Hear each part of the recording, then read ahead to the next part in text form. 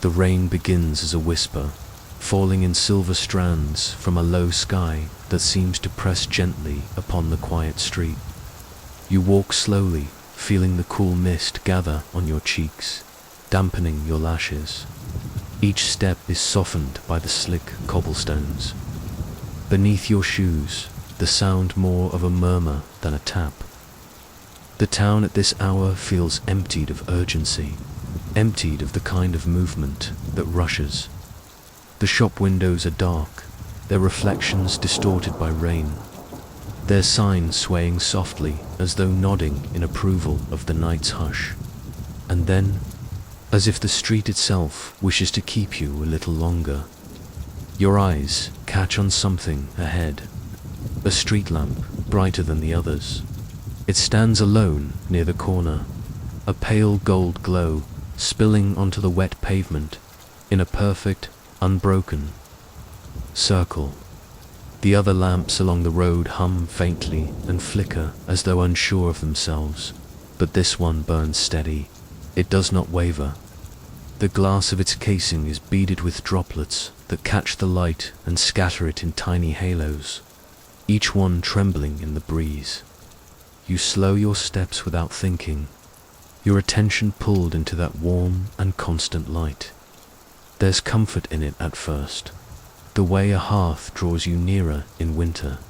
But as you approach, you notice something curious. Beneath the lamplight, the shadows do not behave as they should. They seem to move, to bend, to stretch, not in the direction the light dictates, but toward you. You pause at the edge of its glow. The rain hisses gently on the cobbles, the air smelling faintly of wet stone and old iron. Somewhere in the distance, a drain gulps softly as water flows toward it. And then you hear it, a footstep. It matches yours exactly.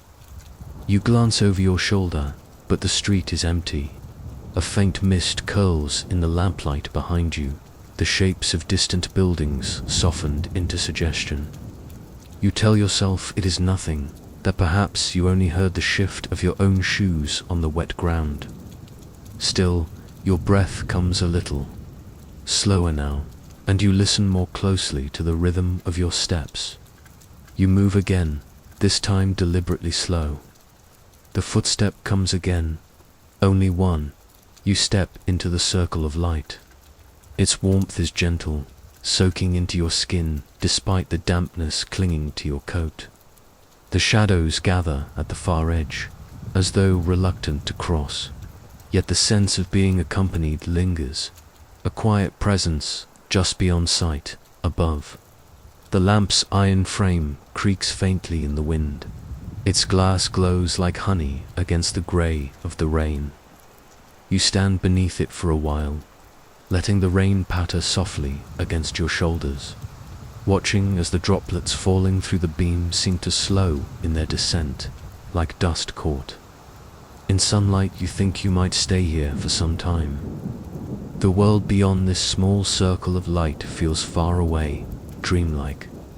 You let your eyes drift to the edges, where the shadows press closer. They are not entirely still. They shift, as if waiting for you to step away from the lamp's protection. You close your eyes for a moment and listen. The rain, the occasional groan of a sign in the wind, the faint hum of the lamp. And then, that step again, this time closer. You open your eyes slowly, and nothing has changed. Nothing, except for the certainty that if you were to step away from the light, you would hear it again. Somewhere nearby, a shutter bangs softly in the wind. The sound is distant, but sharp enough to break your gaze from the lamp. You glance toward it, and for just a moment, you think you see a shape, slender, still standing in the mouth of an alley. The rain there is thicker, the mist curling up like smoke. When you blink, the shape is gone. You feel the gentle urge to move on, to keep walking. The night is deepening, and the rain is not letting up. Yet the idea of stepping beyond the lamp's steady glow feels like stepping away from the only constant. In the shifting street, you linger one moment longer, tracing the lines of the light's metal post, noticing the way moss gathers at its base, the way rainwater pools around it. A carriage might once have stopped here, long ago. Perhaps this lamp has stood watch for decades, unchanged, unblinking. You wonder how many others have paused beneath it, feeling what you feel now, that strange comfort braided tightly with a quiet unease. When you finally take a step out of the circle, the air feels colder. The shadows lean closer again, their edges softened by the mist. The light behind you does not dim, does not flicker, but you sense it is watching. You walk on your footsteps measured, your ears attuned to every subtle shift in the night's chorus. And there it is, the echo of your step, perfectly matched. You glance back once more. The lamp still glows steadily at the corner, casting its unwavering circle. But now, just at the far edge of its light, a shape stands. It does not move. It does not follow. It only waits, as if the lamp itself has given it permission to stay. You turn forward again, your pace gentle, unhurried. The rain carries on in its patient fall, the street stretching quietly ahead. Somewhere deeper in the night, another light glows faintly through the mist, drawing you toward it. This one is dimmer, softer, and perhaps, just perhaps, it hums with something different. The whisper beneath the bridge, the rain deepens as you walk, its rhythm shifting from the sharp hiss against cobblestone to a gentler, fuller sound, the hush of water gathering. You follow its call without hurry, your steps slowing as the street begins to dip, drawing you toward the low stone arch of an old bridge. The bridge is older than the road leading to it, older perhaps than any building still standing nearby. Its stones are worn smooth by decades of footsteps and decades more of rain. Moss clings to the edges where the mortar has crumbled, its green softened by the night's silver wash. The air here feels cooler, the scent of wet stone heavier. Beneath the arch, the rainwater gathers into a shallow, restless pool. It is not deep. You can see the pale outlines of stones beneath the surface, yet it glimmers in the lamplight, like liquid glass. You stand at the edge, looking down as raindrops fall into it, sending out delicate ripples that slide into one another and disappear. Then, almost too faint to notice, you hear it, a murmur. It is not the sound of rain, not the sigh of water running along the gutter. It is a human sound, soft, low, as if spoken from behind a door. You lean forward slightly, listening. The voice seems to rise and fall with the rain, its syllables lost between the drops. You cannot catch a word, yet there is a cadence to it, something deliberate, something meant for ears. The wind brushes your cheek as if to draw you closer. You step forward until you are nearly under the arch, the cool shadow wrapping around you. The sound grows clearer, still not words, but the shape of them. The rhythm of a language you feel you should know but cannot name. It stirs a memory. Though you cannot say from where you lower yourself to the damp stone ledge, peering at the surface of the pool. The rain strikes it gently here, dimpling it in slow, patient circles. The murmuring rises again, but now it seems to come from beneath the water, as if the pool itself is speaking. You hold your breath, waiting for the sound to break into clarity. For a moment, you think you hear your name. It is so faint, so nearly lost to the rain, that you might have imagined it. Still, your pulse slows, not quickens. There is no threat. In the sound, only an invitation. You reach a hand toward the water, fingertips almost touching the surface. The ripples change. Instead of scattering outward from the raindrops, They draw inward, pulling toward a single point as though the pool is inhaling. The murmur deepens. You do not touch the water. Instead, you watch, feeling the air grow still around you. The bridge above shelters you from the heaviest of the rain, leaving only the occasional cool drop against your skin. The stones seem to hold their breath with you, and then, like a sigh, the pool releases its gathered ripples. The water clears. You see nothing, but your own reflection softened, blurred by the faint mist curling above the surface. But as you look, your reflection tilts its head. Just slightly, you remain still. The reflection does not fade, though the rain distorts it. Its mouth moves, forming silent shapes. You lean closer, straining to see, to understand. A single droplet falls from the arch above, striking your cheek like a word spoken aloud. The murmuring begins again, but now it is not from the water. It is behind you. You turn slowly, finding only the curve of the stone path and the soft gleam of the street beyond. The air holds the hush of someone who has just stepped away. You glance back at the pool. Your reflection is your own again, unmoving. The water ripples outward in the normal way, nothing gathering, nothing speaking. And yet, the cadence of that murmur lingers in your ears, as if a melody hums within your mind. You stand slowly, your knees brushing the wet moss. The bridge feels older now, as though the weight of years has pressed deeper into its stones while you were listening. You run your hand along the wall, feeling the cool grooves worn by time as you step away. The rain resumes its fuller voice, the murmur slipping back into the steady rhythm of water. But your steps are lighter now, drawn forward by a faint pull. You cannot name Dot at the far side of the bridge. You pause to look back once more. The pool lies quiet, holding nothing but the rain. The shadow beneath the arch is complete again, no shimmer, no whisper, and yet you feel certain that if you stood there long enough, the murmur would return. The vanishing bus stop, you step away from the bridge, your pace unhurried, the rain carrying you forward as though it has a destination in mind for you. The streets here are quieter still, not a single window glows. You know this part of town, in a distant way, as if from a dream or an old photograph. The curves of the roads are familiar, but the buildings seem taller, the alleys narrower. The drizzle gathers on your collar, tiny cold weights that press softly into the fabric.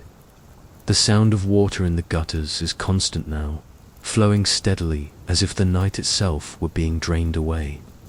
You follow the road until it bends toward a wide corner, where you expect nothing but a blank stretch of pavement. Instead, there it is, a bus stop. It stands as though it has always been there, a faded wooden bench under a narrow shelter, its roof dripping a slow rhythm into the puddles below. The glass panels on either side are fogged with rain, the paint on the frame flaking into soft curls. And yet you remember, as clearly as memory allows, that this stop was torn down years ago. You approach slowly, your footsteps loud in the stillness. The bench glistens under the thin light of the shelter's single bulb, its glow faint and yellowed. You pause at the edge of the shelter, watching a bead of water travel down the bus schedule posted on the inner wall. The ink is blurred, the letters barely holding their shape. You can't make out the times. You sit. The bench is cold, damp, but it holds your weight with a quiet steadiness. From here, the street stretches into a shallow mist that thickens where the lamps grow scarce. You lean back, listening. Somewhere, just at the edge of hearing, an engine hums, the low, even purr of a bus making its approach. You glance down the road. Nothing. The hum grows a fraction louder. The mist shifts slightly, curling back as if parting for something unseen. You expect to see the faint glow of headlights, the shape of a bus emerging. But the road remains empty. You rub a hand across the glass panel beside you, clearing a streak. The rain beyond looks heavier through it, each drop catching the faint reflection of the shelter light. You keep listening, but the hum doesn't draw closer. It only lingers. Constant, patient. You think back to the last time you waited here. You were younger. The rain was heavier that night too. You remember a stranger sitting at the other end of the bench, their head bowed, water dripping steadily from their umbrella. You never saw their face. The bus came late, but it came. You never saw that stranger again. Now, sitting here, you half expect them to appear again. You glance at the far end of the bench. It is empty, though the wood there is just as damp as where you sit. The hum changes, a soft shiver in its tone, like an exhale. You turn your head toward the road. The mist shifts again, and then you see it. Just for a moment, the outline of a bus, pale, almost transparent, gliding through. The rain, it moves without disturbing the puddles. Its windows are dark. You think you see shapes inside, still and silent. The bus slows as it nears the stop, but the doors never open, and then it is gone. No splash, no fading of lights, simply gone. As if the mist folded back over it and kept it. The hum fades. You listen for its return, but all you hear is the steady drip from the roof. You lean forward, peering down the road once more. Empty dot you decide to leave, standing slowly, but when you glance back at the bench, it looks older now, as if it has been abandoned for years. The paint is nearly gone, the shelter roof sagging. The bulb inside is dark. You step away. A few paces later, you look back again. There is no bus stop at all. Only an open stretch of wet pavement, the rain falling evenly across it. You walk on, the night around you settling back into its rhythm. Footsteps on the rooftops, the bus stop, or the empty pavement where it once stood, fades behind you. You move on, the drizzle settling into its familiar hush, the mist curling around each lamp like breath. But now the sound of the rain has changed. It is not just falling, it is walking, a soft, deliberate rhythm above your head, steps moving along the roofs that line the street. The first time you notice, you pause, unsure if it's just your mind, making patterns in the sound. But as you stand still, the footsteps pause too. You move again, so do they. It is a measured tread, not hurried, not careless. Heavy enough to sound through the rain, light enough to feel almost intentional. You glance upward. The roofs are steep, their dark tiles slick with water. No one should be walking there in weather like this, yet the steps keep pace. You slow your stride, listening as they slow too, as though whoever is above wants to keep just enough distance to remain unseen. A shiver, not of fear but of quiet recognition, runs through you, the same strange certainty you felt beneath the street lamp, and again under the bridge. The street bends, and the houses lean closer, their eaves heavy with rainwater. The footsteps follow the curve with you, a shadowed companion just out of sight now and then. The steps shift slightly, as though the figure is turning to look down. You imagine them glancing from the roof's edge, their shape blurred by the mist. You stop. Again, this time, the steps do not pause. They move ahead, quickening, crossing from one rooftop to another. A faint scuff of tile, a soft thud. You take a few steps forward, your eyes fixed upward, waiting for a glimpse. But the mist folds itself around the roof lines. like a careful curtain. A gutter spills water in a silver thread beside you, its splash masking the sound for a moment. When it returns, the rhythm is different, as though the figure is no longer following, but leading. You let it. The rain seems to ease slightly, though your coat remains damp and heavy. The houses here are older, some with boarded windows, others with curtains drawn tight. Whatever moves above passes over them all without hesitation at one corner. The street narrows to a lane barely wide enough for two people to walk side by side. The rooftops here almost touch overhead. You enter, and the footsteps echo faintly between the walls. You look up and see only the underbelly of the eaves, water dripping in slow intervals. The sound grows softer, then it stops entirely.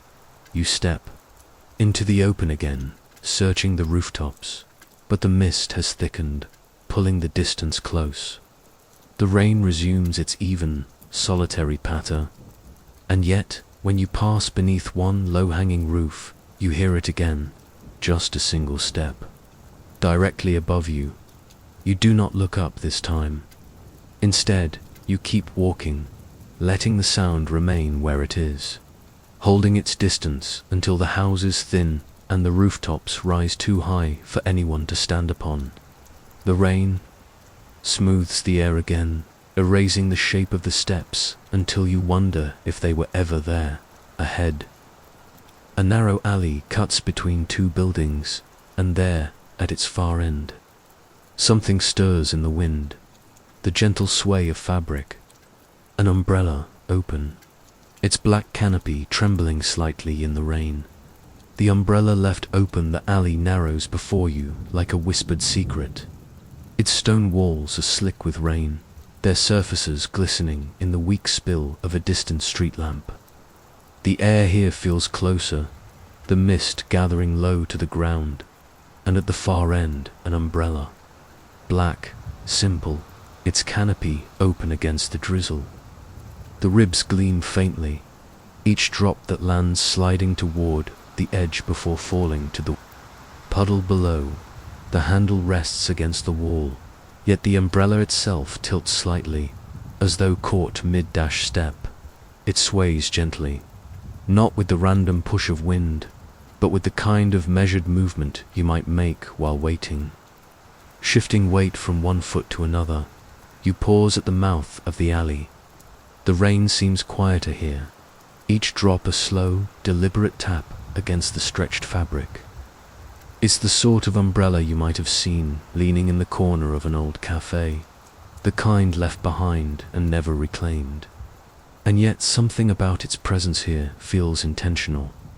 You take a step forward, the sway deepens, a soft rocking, like a nod of acknowledgement. You glance around, searching for its owner. The alley is empty. No one steps out from the doorways. No window creaks open above. Only the umbrella remains, trembling slightly as though suppressing a shiver. You remember carrying an umbrella once, not this one, but similar. You recall the peculiar comfort of the sound inside it. Rain softened to a gentle drum, the outside world blurred to a haze.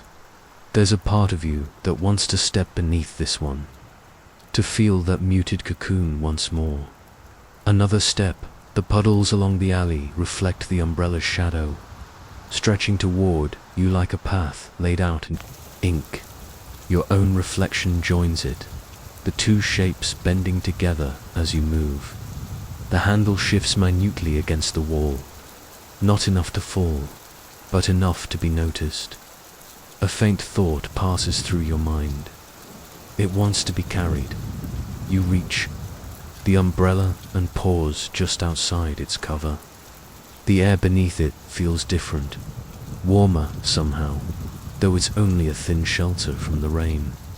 You extend a hand toward the handle. It moves, not away from you, but toward you, a small, precise tilt, as though someone unseen inside the fabric had just offered it. The motion is so slight you could believe it was just the wind. But the wind is still. You wrap your fingers around the handle. The wood is cool, smooth from use. Lifting it, you expect to feel the gentle resistance of weight, the usual give of the frame. Instead, it feels lighter than it should, as though most of it is made of air. Underneath, the world changes. The rain is hushed, its patter now a distant murmur. The walls of the alley are softer, their shadows blurred.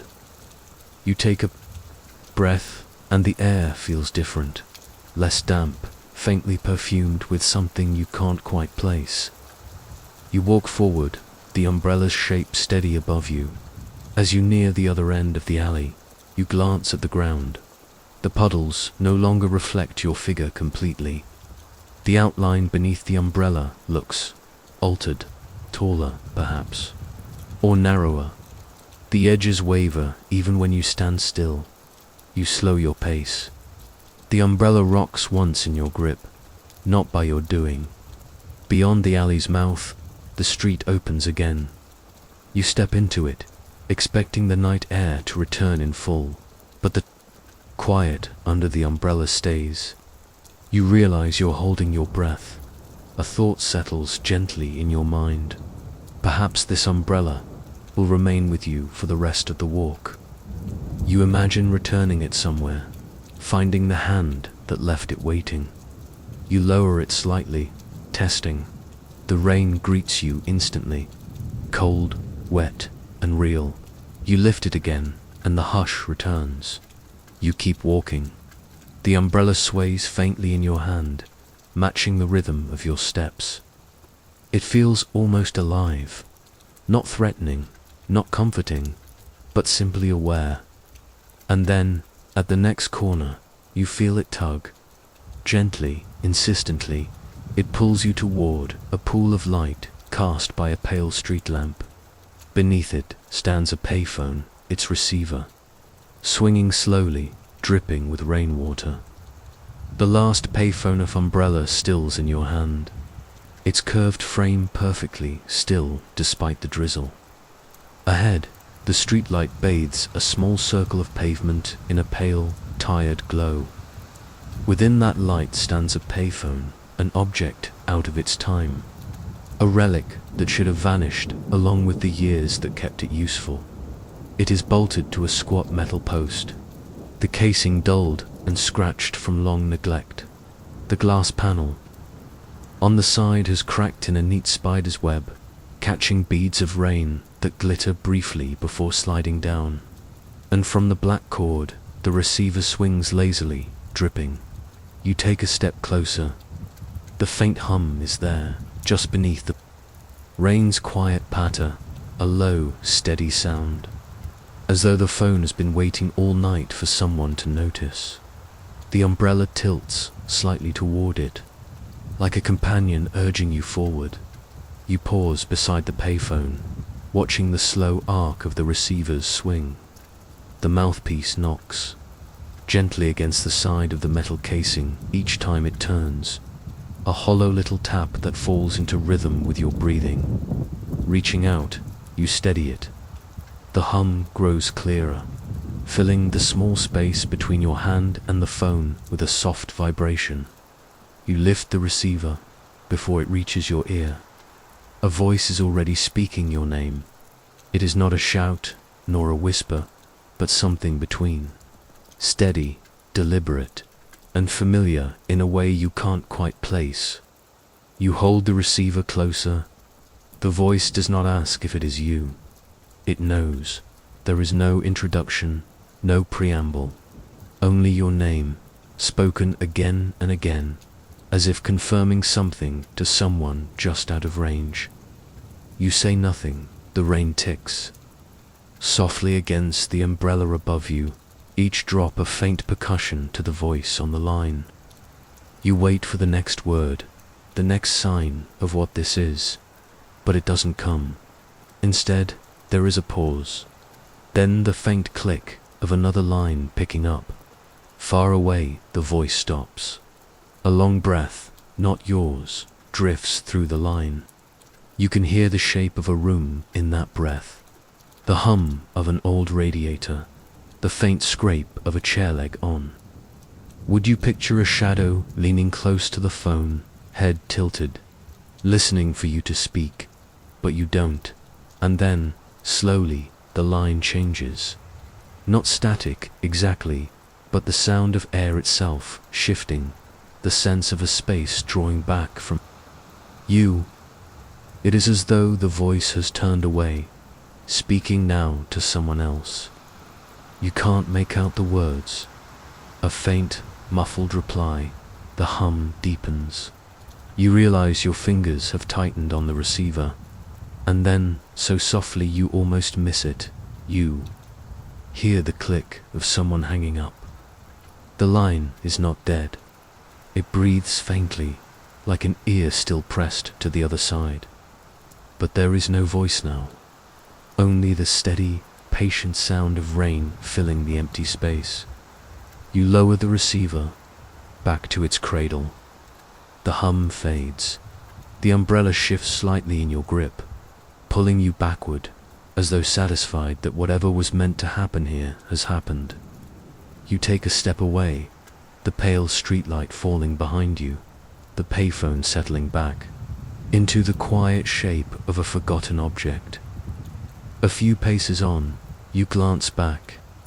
The payphone is still there, but the receiver is no longer hanging. It sits neatly in place, as though it has been waiting all along for the right person to lift it, and that person has now passed. You walk on. The umbrella keeps its gentle shelter over you, but the street feels more open here. The rain falling in softer threads. Up ahead, a row of houses stretches along the road, their windows glistening with rain-slick glass. As you near the corner, one window high above seems to shift, its curtains swaying as if parting to watch you pass.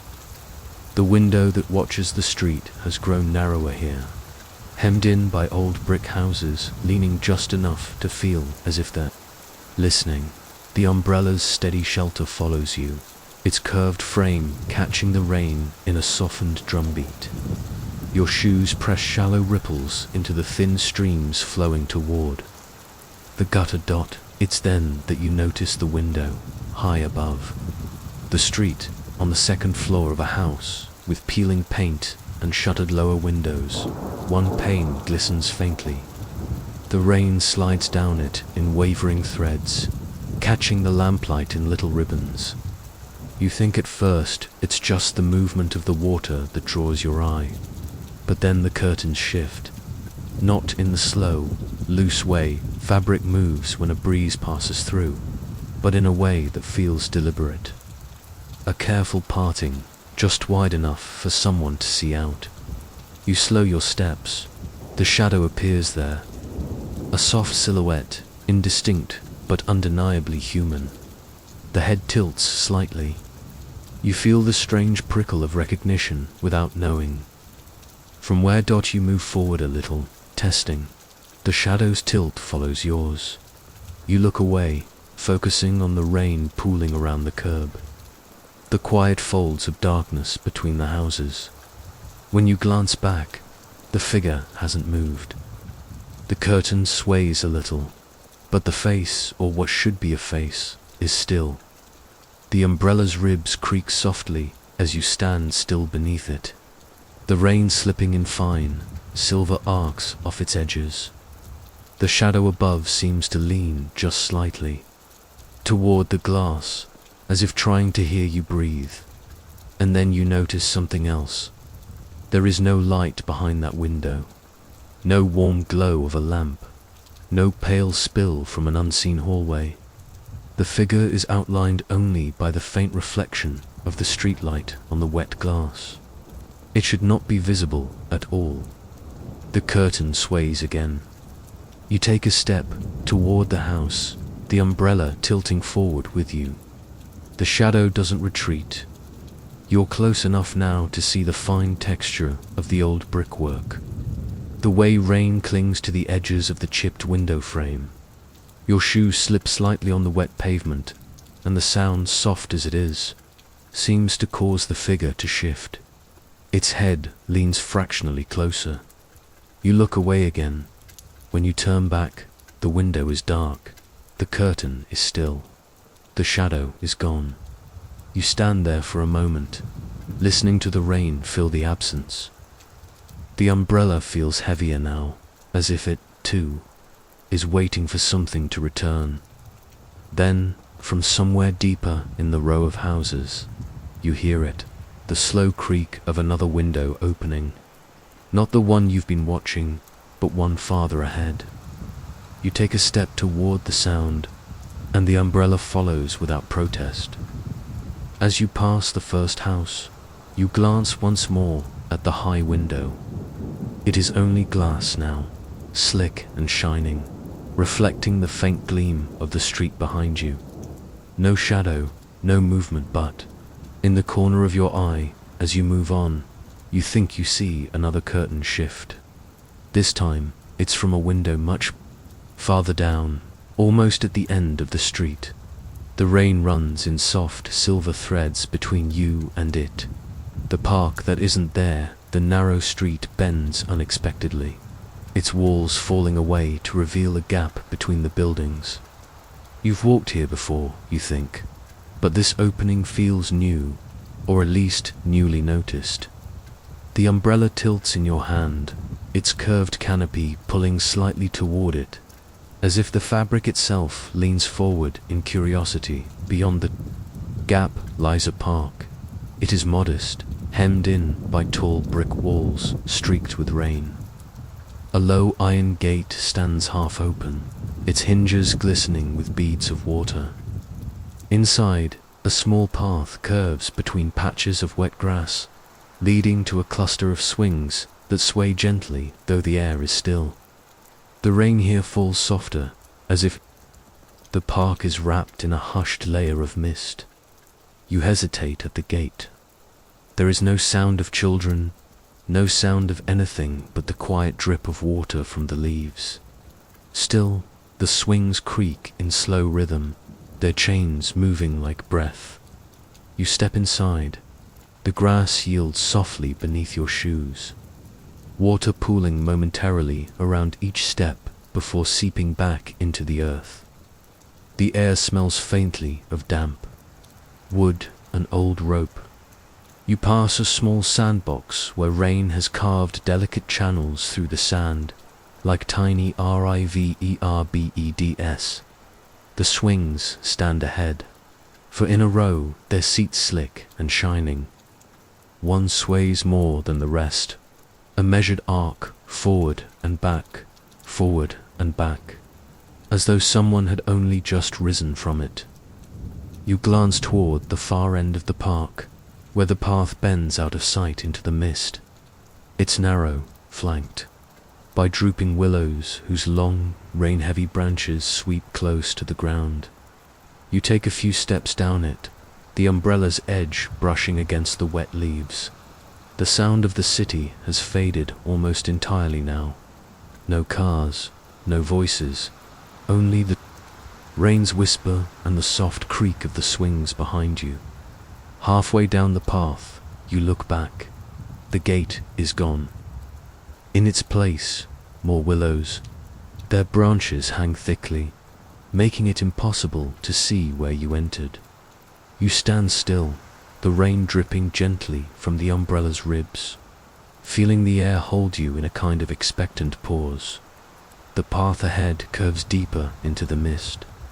There is a sense, subtle but certain, that you are being led forward, not lost. You walk on the willow's part to reveal a small clearing with a single wooden bench. It sits facing nothing in particular, just a stretch of wet grass and the blurred outlines of trees. The wood is worn smooth, the surface dark with rain. You think of sitting, but the umbrella feels restless in your hand, tilting slightly toward the far side of the clearing where another path seems to form. It is barely a path at all, more a suggestion in the grass, yet you follow it. The rain is gentler here, falling in thin silver strands, that catch in the umbrellas.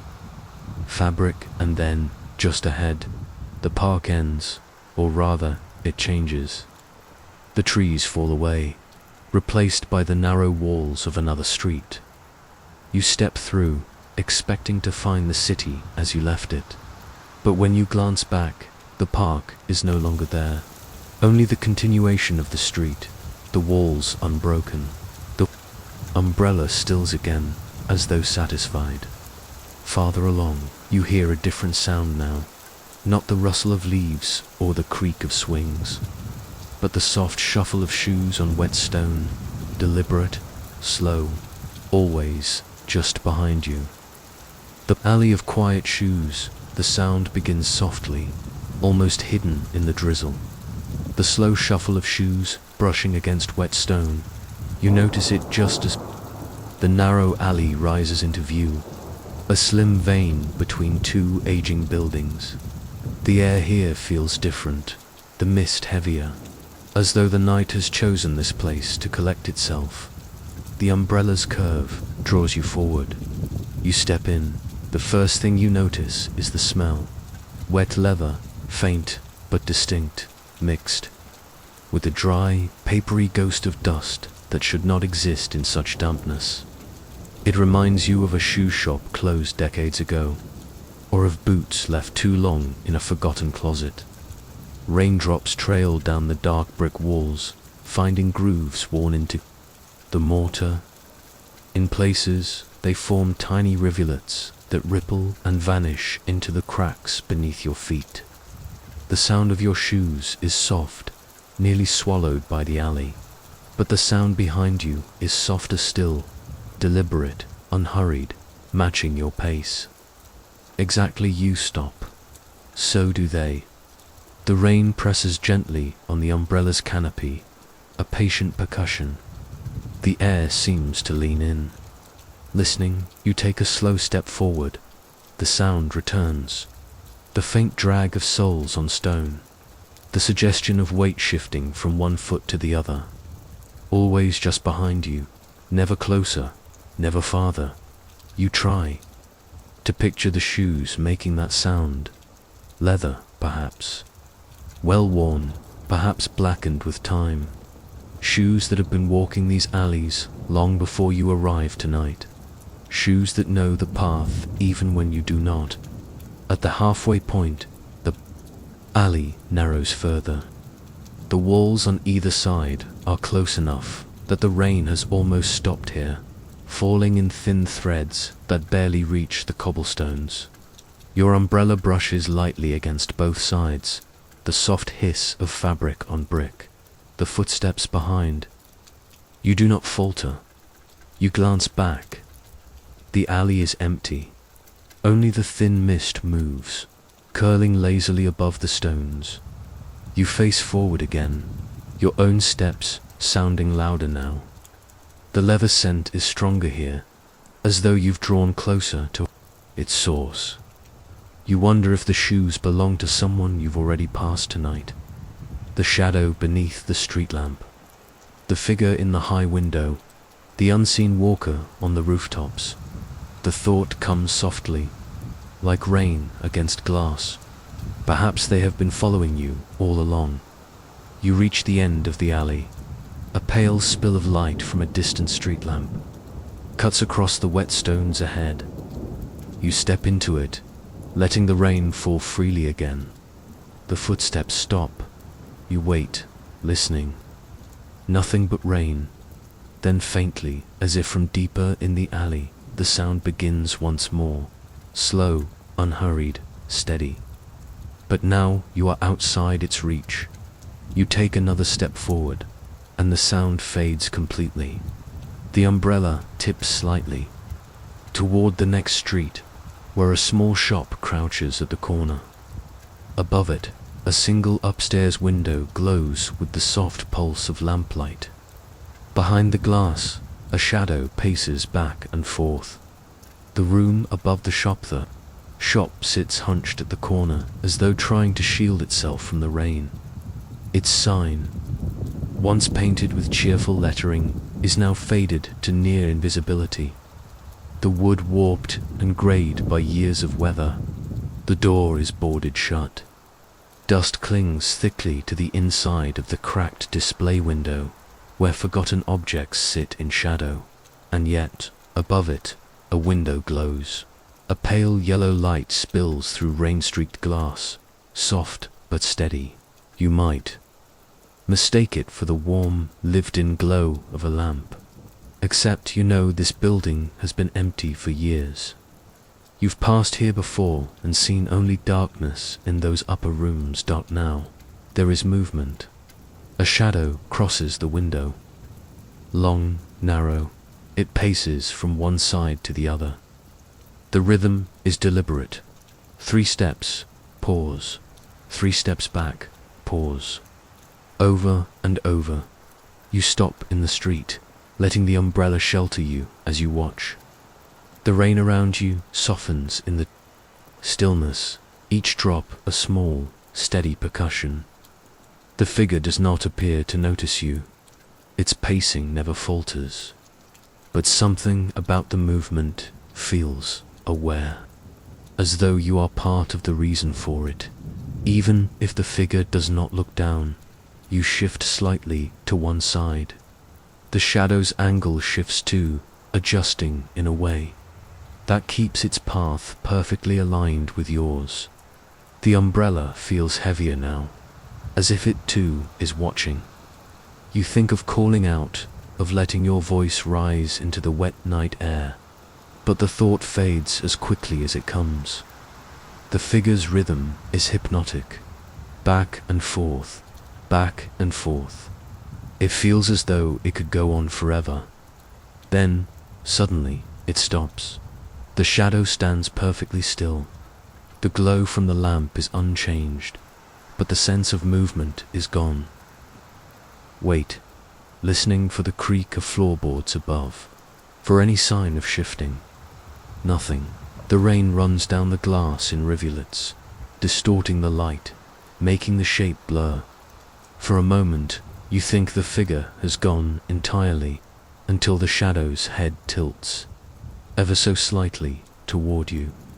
You stand still beneath the umbrella, your breath quiet in your chest. The figure remains in that tilted posture for what feels like minutes. Then, without warning, it turns and walks away from the window. The light flickers once, twice, and goes out. The upper room is dark. The shop below is just as silent as before, the boards across its door glistening faintly in the lamplight. The rain sounds louder now, as though filling the space the pacing had occupied. You linger for a moment longer, half expecting the light to return, but the window stays dark. Only your own reflection stares faintly back in the glass, warped and silvered by the water. The umbrella shifts again, drawing your gaze toward the shop's front door. Beyond the cracked glass of the display, deep in the shadows, something tall and narrow stands a clock. The clock with no hands you stand in. The rain before the darkened shop, your gaze fixed on the tall shape in the shadows behind the display window. It is unmistakably a clock, a long, narrow body of dark wood, its frame etched with curling details that catch the faintest glint of light. Its face is pale but empty. No hour hand, no minute hand, no sweep of seconds to mark the time. Just a hollow circle of weathered ivory, and yet it ticks. The sound is soft at first, almost delicate, threading through the rain's gentle hiss, but it is steady, too steady to be imagined. You move closer to the window, the umbrella's edge brushing against the glass. Inside, the clock leans slightly forward, like a listener. The ticking is louder here, a warm, rhythmic pulse that seems to settle into your own breathing. Your eyes drift over the rest of the shop's interior. The shelves are lined with objects you can barely see, shapes wrapped in shadow, blurred by years of dust. Somewhere, a faint smell of old varnish seeps through the wood and glass. mixing with the damp air. You press your palm against the window. The glass is cold, slick with rain. The clock keeps ticking. It's not the fragile, uneven beat of something old and tired. It's the heartbeat of a machine certain of itself, unwavering, calm, patient. You imagine it has been ticking like this for years, in a shop no one enters, for a room no one visits. You step to the shop's door. The boards nailed across it are warped and darkened by time, but the space between them lets the ticking leak through, fuller now, as though the sound swells in your direction. You lean close, pressing your ear against the wood. The ticking changes. It is no longer even. There's a faint hitch in the rhythm now, a pause, a breath. It almost feels like the clock is listening for you in return. You stay there, head bowed against the rain, letting the sound fill your ear. Another pause, then a second beat joins it. Not the high, light click of a clock mechanism, but a lower, softer pulse, almost human. Two rhythms weaving together, one mechanical, one alive. You step back. The umbrella shields you from the rain, but the air feels heavier now, as though the night itself has leaned closer. The clock's face watches you from the window, blank, featureless, and still ticking. You think of leaving, but as you turn, the ticking slows. You glance back. The empty face is the same, yet the sound is quieter now, receding into the shadows.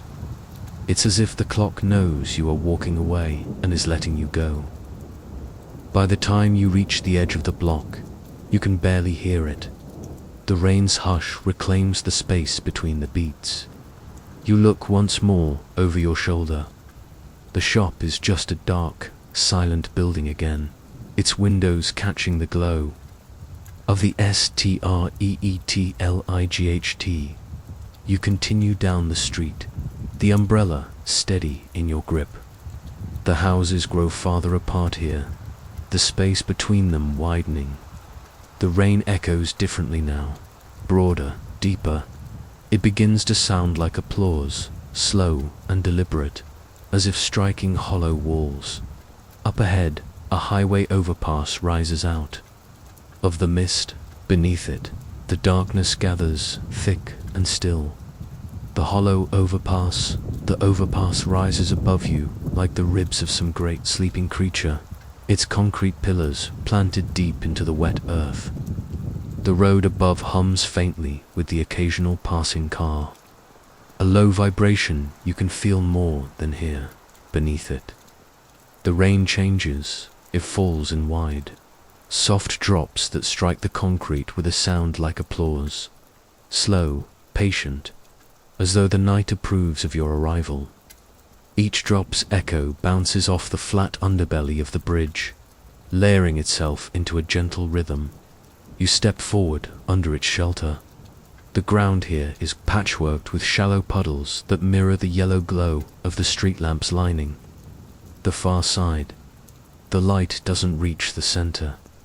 There, the darkness pools thick and still, swallowing the finer details. You take another step, the umbrella shifting slightly as you move into the dry. The air under the overpass feels cooler, heavier, carrying the faint scent of damp concrete and something metallic, rust, perhaps, or old rainwater in a forgotten pipe. Graffiti blooms along the pillars, bright colors faded into muted tones by time and weather.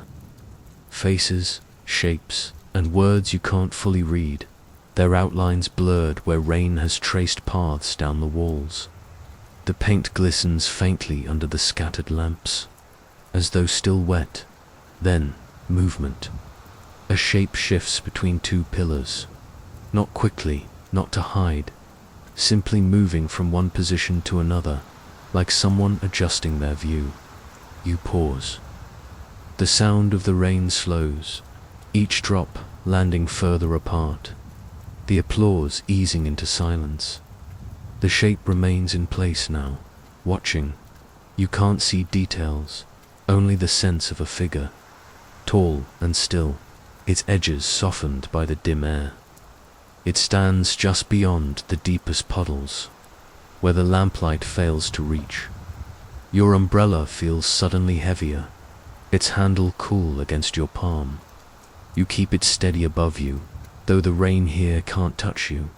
A faint sound reaches you, not footsteps, not speech, just the slow shift of weight from one foot to the other. You think of the quiet shoes in the alley, of the pacing shadow. Above the shop, the thought comes unbidden. What if they are all the same? You take a step toward the figure. The air presses closer, a quiet heaviness that fills your lungs slowly. The shape tilts its head. You pause again. The rain resumes, its rhythm returning as if nothing has changed. When you look away for just a moment to glance at the graffiti, to watch a drop roll slowly down a painted curve, the shape is gone. The far end of the overpass opens onto the street beyond, the wet pavement shining under a lone street lamp. You step toward it, the applause of the rain fading as you leave the shelter. The umbrella tilts forward slightly, pulling you toward the glow ahead. A single street sign stands there, rain running down its surface in bright, trembling streams. The sign that changes, the street sign waits at the far edge of the overpass, silver under the pale spill of the street lamp. Rain traces its metal face in thin, wavering lines, each drop leaving a trail that briefly glitters before sliding away. You know this road. You've walked it before. The sign should bear a familiar name, a fixed marker in a city that shifts, slowly over time. But it does. The word on the sign is strange to you, a name you do not remember seeing. The letters are crisp, clear despite the rain, each one edged in a fine shadow from the lamp above. You blink, looking away for just a moment, to adjust the umbrella, to watch the slow arc of a car's headlights cresting the corner. When you glance back, the name has changed. Not completely, but enough. The letters are different, rearranged. You take a step closer, rainwater pooling round your shoes.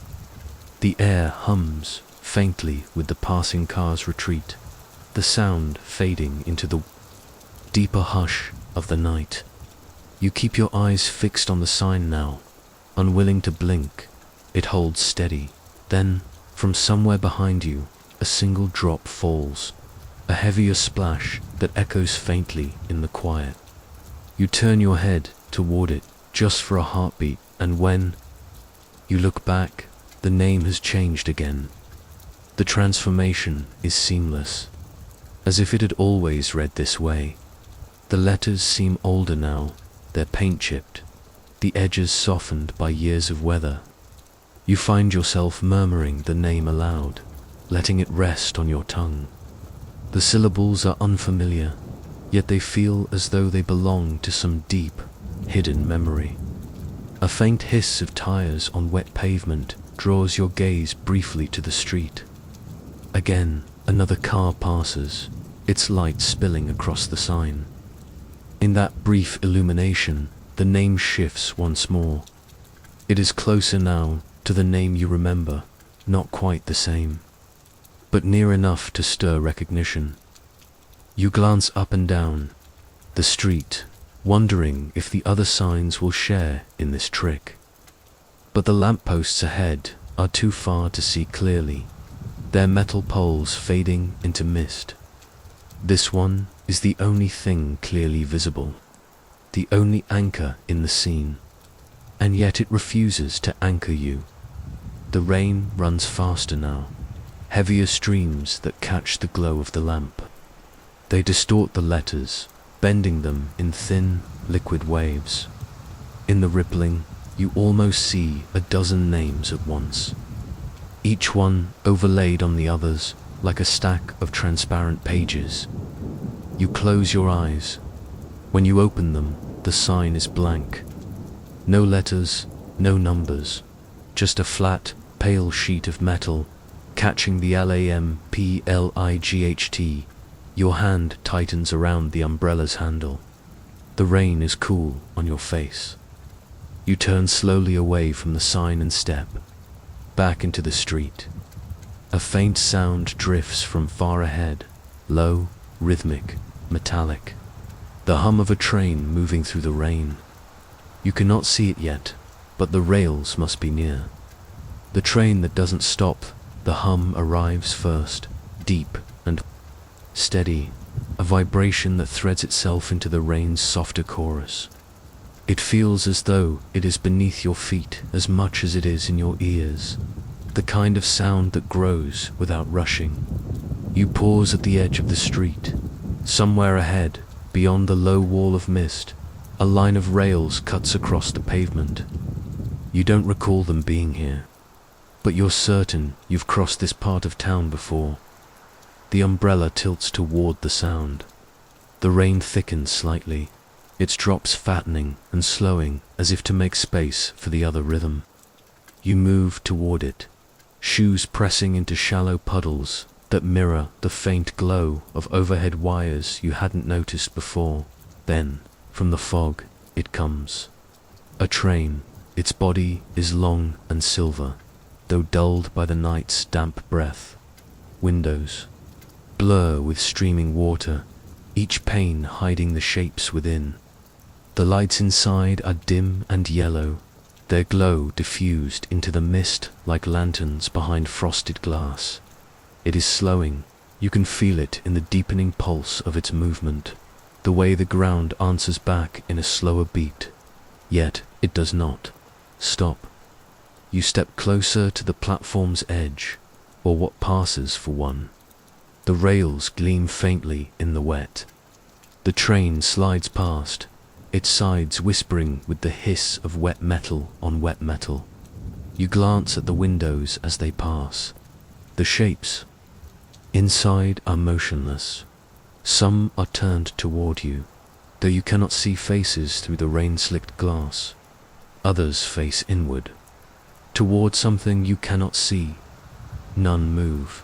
The cars continue, one after another, each the same in their blurred quietness. The rain streaks their sides in uneven trails, smearing the faint reflections of street lamps.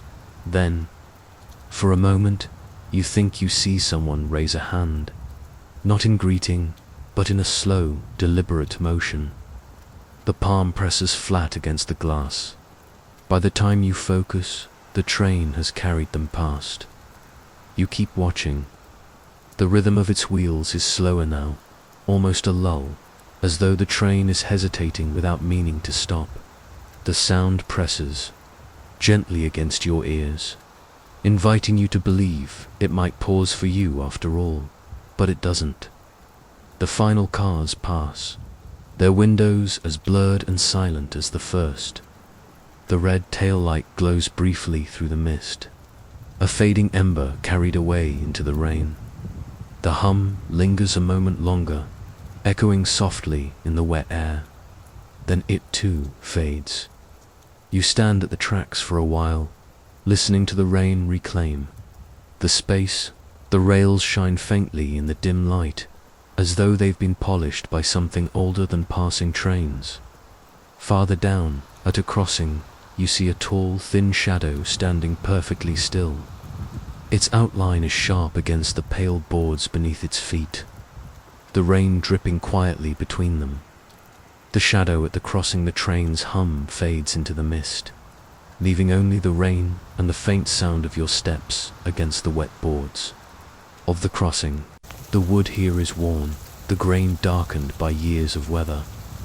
Between each board, thin streams of water thread downward, vanishing into the darkness below, and there, in the center of the crossing, stands a shadow. It is tall and narrow, drawn sharp against the slick boards as if painted there. You can't see its source. No person stands to cast it, no object rises to match its shape, yet it leans slightly toward you, as though acknowledging your approach. You slow your steps. The rain patters softly against the umbrella, the steady beat, both familiar and strange in this sudden quiet. The shadow doesn't shift. You glance to the nearest lamp, wondering if its light is bent by the mist in some trick of the eye. But the glow falls evenly across the boards, touching them all the same. The shadow remains singular, darker than the night around it. You step closer. It seems to sharpen as you near. Its edges crisper now, its form taller than before. You feel the faint urge to move through it, just to see if it reacts. Your hand tightens on the umbrella's handle. You walk forward. The shadow does not retreat. It doesn't even quiver under the rain's fall. You pass through the space it occupies, and in that instant there's a peculiar absence. The sound of the rain fades for the span of a breath. The air feels lighter, emptier, as if something has been left behind. You keep walking. It's only when you glance down at the boards ahead that you notice your own shadow is gone. You look behind you. The tall, thin shape still stands in the center of the crossing, exactly where it was. Your shadow is not with it, nor anywhere else. A cool breeze drifts across the boards, carrying the smell of damp wood and something faintly metallic. The shadow's edges seem to ripple, as though stirred by that same wind. You turn forward again, half expecting to see your shape return in the light of the next lamp.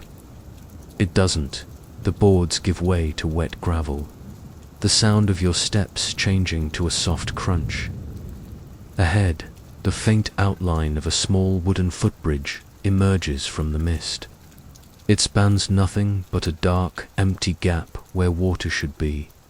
The umbrella tips slightly toward it, urging you forward. You glance back one last time.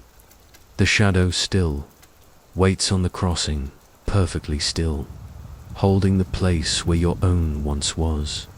The footbridge, without a river, the gravel crunch fades behind you as you approach the bridge. Its frame rises out of the mist with a fragile sort of determination, the wet wood catching the dim glimmer of a nearby lamp. It is not a large bridge, just wide enough for one person to cross at a time, with railings barely higher than your waist. The boards underfoot are worn smooth, their grain silvered by rain and years of quiet weather. The air here is colder. Rain falls freely through the narrow gaps between the planks, striking not the familiar sound of water, but something softer. The hollow thud of droplets landing far below, in a place that doesn't answer with a splash. You pause at the first step. The darkness beneath the bridge is total. No rippling water, no glint of reflection from the lamp behind you, just an unmoving, patient blackness that feels deeper than the space should allow. The umbrella hovers above you, its shelter suddenly fragile against whatever waits there. You take a step forward. The wood groans faintly under your weight. Another step. The sound repeats, louder this time, a weary sigh that drifts into the emptiness below. You keep moving, the rhythm of your steps slow and even. Halfway across, the air changes. It thickens, as though you've walked into the quiet breath of some enormous thing. The rain still falls, but each drop takes longer to land. Its sound delayed, as if traveling through deeper air. And then you hear it. Not a groan, not the creak of wood, but a faint shifting from below. It is subtle at first, like cloth brushing against itself, or the slow drag of something along the unseen ground. You stop, listening. The sound pauses too. You take one careful step forward. The shift resumes, louder now, still slow, still unhurried, but undeniably moving in response to you. Whatever it is keeping pace. Beneath, you lean slightly over the railing, peering into the darkness. The black space holds steady, offering nothing but the steady drum of the rain. Yet the sound below does not stop. It is closer now. You step again, this time faster. The movement below quickens, matching you. The boards creak with each stride, the echo of their sound falling away into the dark gap beneath. The far end of the bridge feels impossibly distant now, though it cannot be more than a few more paces. The umbrella's ribs shiver in the damp air. You take one last step, and the shifting stops. The final board groans under your weight as you step onto solid ground. The air lightens. The rain sounds normal again. You glance back. The bridge lies quiet, still in the mist, and yet you can't help but think that if you crossed again, the sound would return just beneath your feet, matching every step. The umbrella tilts forward, leading you toward the dim outline of a single swaying lantern up ahead. Its chain creaks in the wet air, moving with a rhythm that doesn't belong to the wind. The lamp in the mist, it hangs there in the distance, like an idea that refuses to leave. Small, steady, and impossibly patient. The lantern's glow is soft, golden, wrapped in a thin veil of rain. Its edges blur where the mist curls around it, and each swing of the chain makes a tiny glint along the hook above. You step toward it, the gravel beneath. Your shoes crunches faintly before giving way to the slick whisper of wet earth. The umbrella leans forward with you, as though it, too, is curious. The chain creaks with each swing, a sound out of step with the breeze, as if moved by a slower rhythm altogether. The closer you draw, the more the light seems to change. It does not grow brighter in the way lamplight should. Instead, it grows warmer, richer, as if its glow has weight and wants to sink into you. You take another step. The mist shifts behind you. It is subtle, but the path you came from no longer feels as open as it did. The air thickens, soft and opaque, blurring the outlines of the world you know. When you glance back, the bridge is already gone. The mist holds only the faintest impression of where it might be. You face forward again. The lantern is still there, but now it feels nearer without being closer. Its swing deepens slightly, like a greeting. The rain slides down the umbrella in slow rivulets, the drops seeming heavier here. The sound of the chain creak becomes softer, more deliberate. The mist around your legs brushes against you in slow curling strokes. A thought comes uninvited. Perhaps the lantern wants you to reach it, but on its own terms.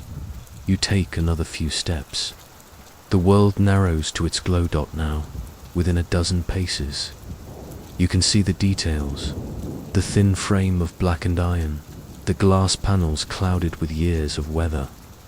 Inside, the flame wavers, not with the air, but with a heartbeat rhythm, a soft, pulsing swell that makes the light feel alive.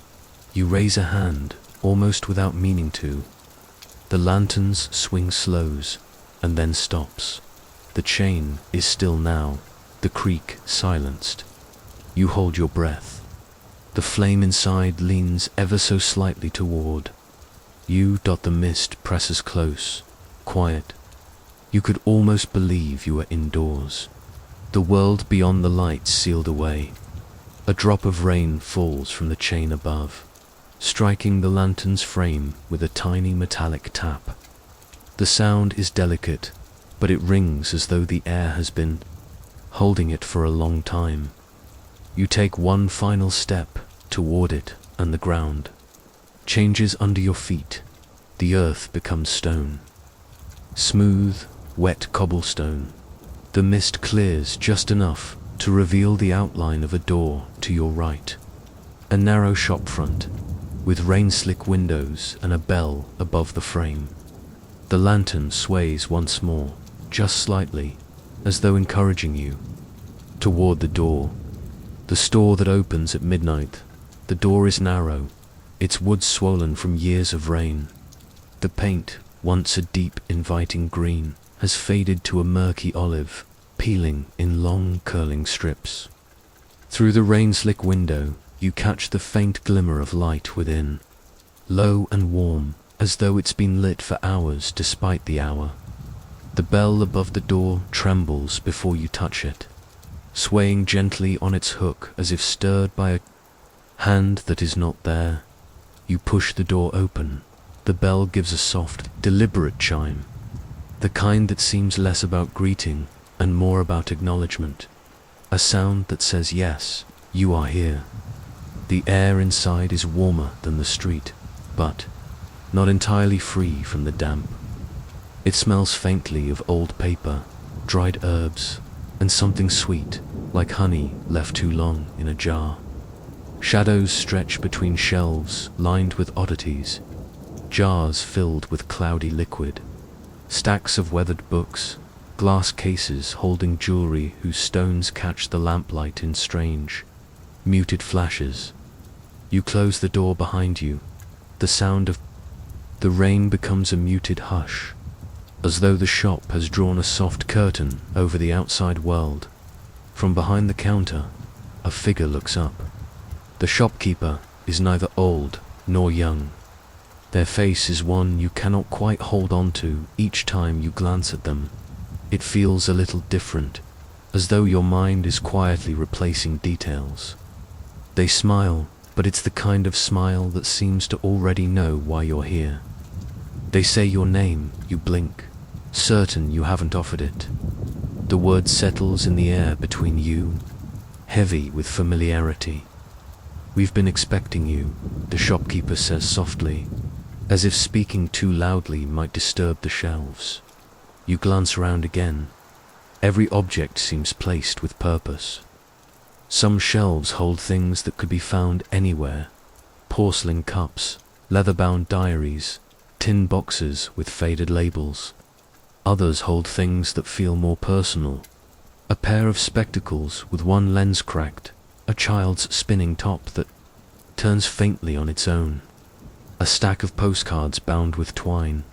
The shopkeeper gestures toward a small display near the counter. "You'll want this," they say, though their tone makes it sound less like a suggestion and more like a truth that's already been decided. On the display sits a single key. Its metal is tarnished, its bow a curious shape, almost like an eye. It rests on a square of black velvet. You hesitate. The shopkeeper tilts their head, as if reading your pause. "It fits what's waiting for you," they say simply. You reach for the key. The moment your fingers touch the cool metal, the bell above the door chimes again. You glance toward it, but the door has not moved. When you look back, the shopkeeper is gone. The counter is empty. The light in the shop has dimmed, the shadows between the shelves growing deeper. You are alone with the key in your hand and the faint chime of the bell still fading in the warm air. You slip the key into your pocket. The bell chimes a third time. This time, the door swings open on its own, letting in the quiet hiss of the rain. The umbrella is waiting just outside, its black canopy tilted as though it has been leaning toward the shop the entire time. Beyond it, the street glistens under the dim lamps, stretching toward a narrow, rusted gate you don't remember seeing before. The gate that shouldn't be locked. The shop's door closes behind you with a quiet click, and the warm scent of its air fades almost instantly into the cold breath of the street. The umbrella settles above you once more, the rain pattering softly on its black canopy. Ahead, the cobblestone lane narrows between tall brick walls. The light of the street lamps is scarce here. their glow interrupted by the close press of buildings. At the far end, the silhouette of a gate rises against the mist. Its iron bars are tall, their rust the deep red-brown of metal that has endured decades of rain. Long streaks of water run down them, catching what little light there is. Each drop falls with a sound too faint to call a drip, more like the tap of a fingernail on glass. You approach slowly, your shoes pressing the damp stones into shallow echoes. The umbrella tilts slightly forward in your grip, as if urging you on. The gate is older than the street it stands on. You can see it in the pattern of its bars, the curled ironwork at the top worn smooth in places by hands that passed long before. Yours, a single padlock, thick with rust, hangs from the latch. You wrap your fingers around the cold metal bars and pull. The gate rattles faintly but does not move. The padlock shifts just enough to send a thread of rust running down its side. You try again, locked. For a moment, you stand still beneath the umbrella, the rain ticking softly around you. The air beyond the gate is darker, thicker, the kind of darkness that feels not just unlit, but waiting. You wonder what, if anything, lies down that narrow passage. You turn away. The sound of rain changes behind you. It's subtle, not louder, but more deliberate. You glance back, and the gate is no longer shut. It stands open, the padlock still hanging in place, though the latch is no longer caught. The iron bars lean back slightly, as if they've been waiting in this position for a long time. The darkness beyond is deeper now, though the mist thins as it stretches down the passage. The cobblestones continue inside, their surface slick and uneven. The umbrella shifts in your hand, turning just enough to point into the open way. You step forward inside. The air grows cooler still. The rain is lighter here, caught in the high shadow of the buildings on either side. You can hear each drop more clearly, its fall to the stones, a distinct, solitary sound. Halfway down, you notice something ahead, the faint outline of a figure, standing at the far end of the passage. They are turned away, their heads slightly bowed. A scarf, deep red, its wool beading with rain, wraps around their neck. They do not move. You take another step, your footfall loud in the narrow space. The figure shifts only slightly, as though acknowledging you without turning. The scarf glows faintly in the dim light, the only color in the muted grays of the rain-soaked night. The stranger with the red scarf, the scarf in your hand is warm despite. The rain, its red is deep, almost muted to brown under the dim streetlight. But here and there, the weave catches the light like wet garnet. Droplets cling to its fibers in tiny beads that refuse to fall. You lift your gaze toward the figure at the end of the passage. They are still turned away, heads slightly bowed, as if studying the rain-slick stones at their feet. Their coat is dark and plain, its collar turned up against the weather. The scarf is no longer at their neck. You know this because you are holding it, though you do not remember crossing the distance to take it. The umbrella tilts subtly forward in your grip, as though leaning toward the figure. You take a step closer.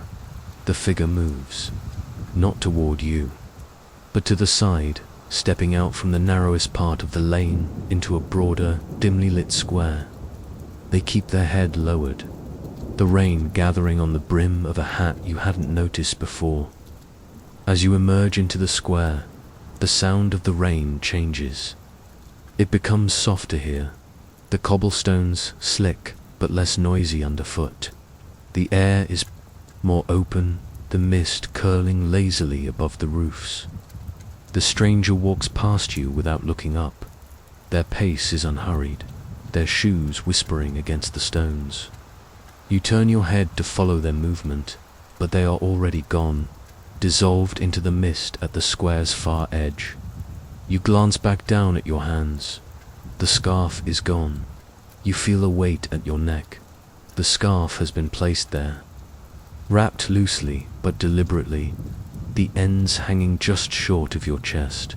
The wool is warmer now, as though it had been resting somewhere close to a fire moments ago. And then you notice the scent. It is faint but unmistakable river water. Not the sharp, briny smell of the sea, but the soft, cool scent of fresh water, moving through a darkened channel. It carries the ghost of damp reeds and the memory of stones long buried beneath a current. You run your fingers lightly along the weave. Beneath the surface warmth is something else, a subtle vibration, almost like a heartbeat slowed to near stillness. The umbrella rests lightly above you, though you do not recall holding it just now. Its edge tips toward a street running from the square's far side. You take a step toward it. The rain deepens slightly here, each drop colder than before. Ahead, the road dips into a tunnel formed by a low underpass. The air inside is darker, thicker, and carries the echo of footsteps. Not quite your own. You pause at its mouth. The scarf seems to settle more firmly against your skin, the warmth at its center pressing faintly against your throat. Behind you, the square is empty. No sign of the stranger. No sign of their passing. You step forward into the tunnel. The echo. In the underpass, the mouth of the underpass swallows the light behind you. The rain above softens, drumming faintly against the concrete ceiling, its sound echoing in long, slow ripples. The air smells faintly of rusted metal and cold stone. Your footsteps tap steadily against the slick ground. But soon, you hear another set, perfectly in time with yours, but slightly off in tone, as though coming from a place just deeper than the walls themselves. You pause. The other steps stop. The scarf at your neck feels heavier now, its wool slightly damp against your skin. You adjust it without thinking, your fingers brushing over its weave. Beneath the softness, there's that strange vibration again, faint, rhythmic, alive. You start walking once more. The second set of footsteps returns immediately, matching you beat for beat. You slow, they slow, you stop, they stop. The underpass holds its breath with you. You decide to test it. Clearing your throat, you call out a single word, not your own name, but something plain, something harmless. The sound bounces back to you, as expected. But then, a half-beat later, it comes again, softer, lower, and it is not your voice. The sound of it lingers in your ears, strange yet familiar, like hearing yourself in a dream where you were someone else entirely. You say another word.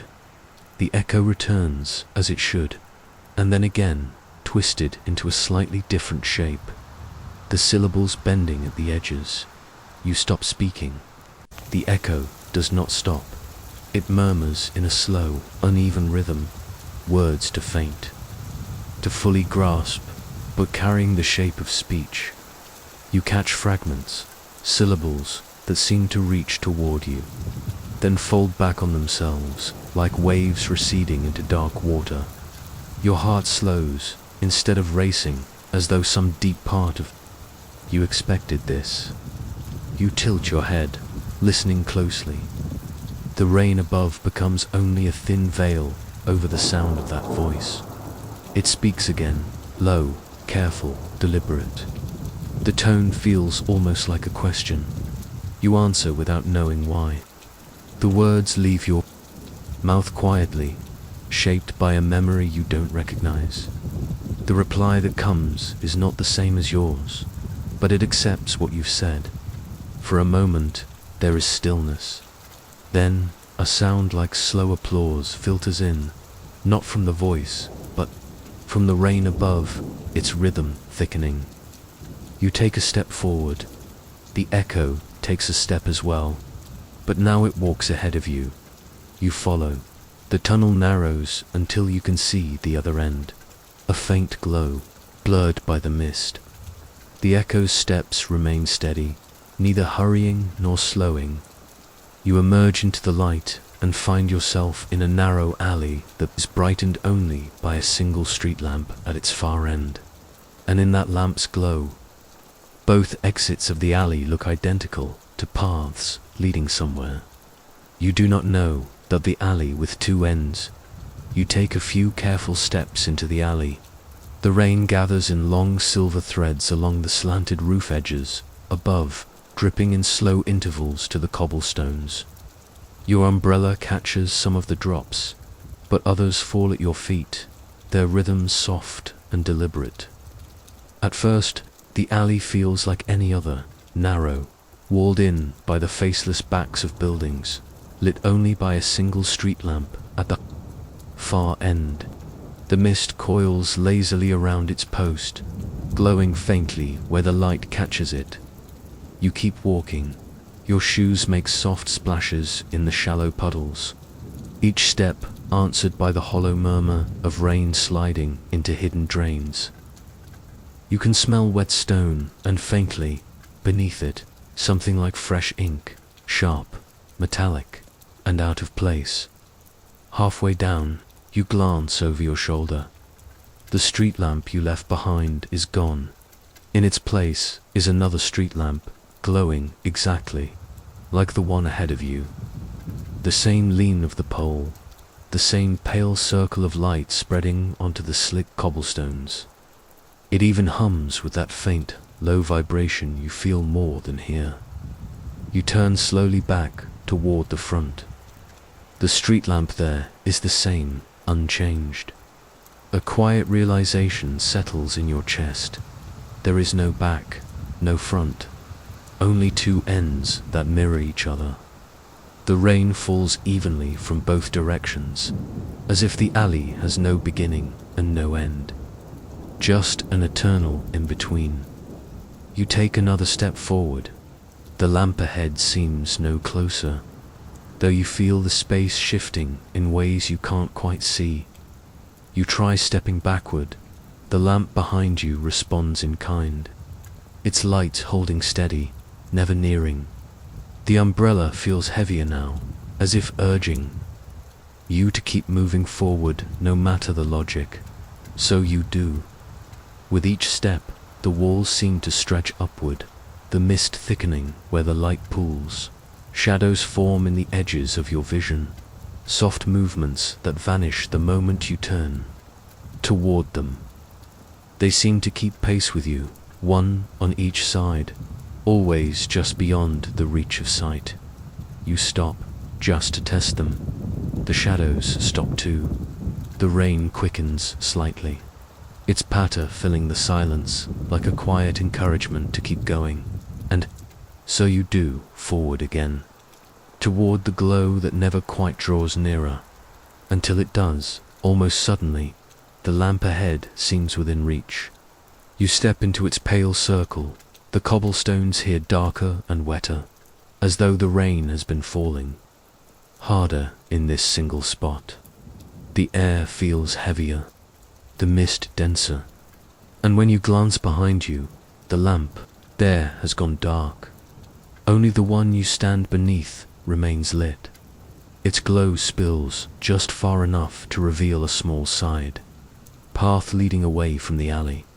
The entrance is framed by a great willow tree, its long, rain-heavy branches bowing toward the ground.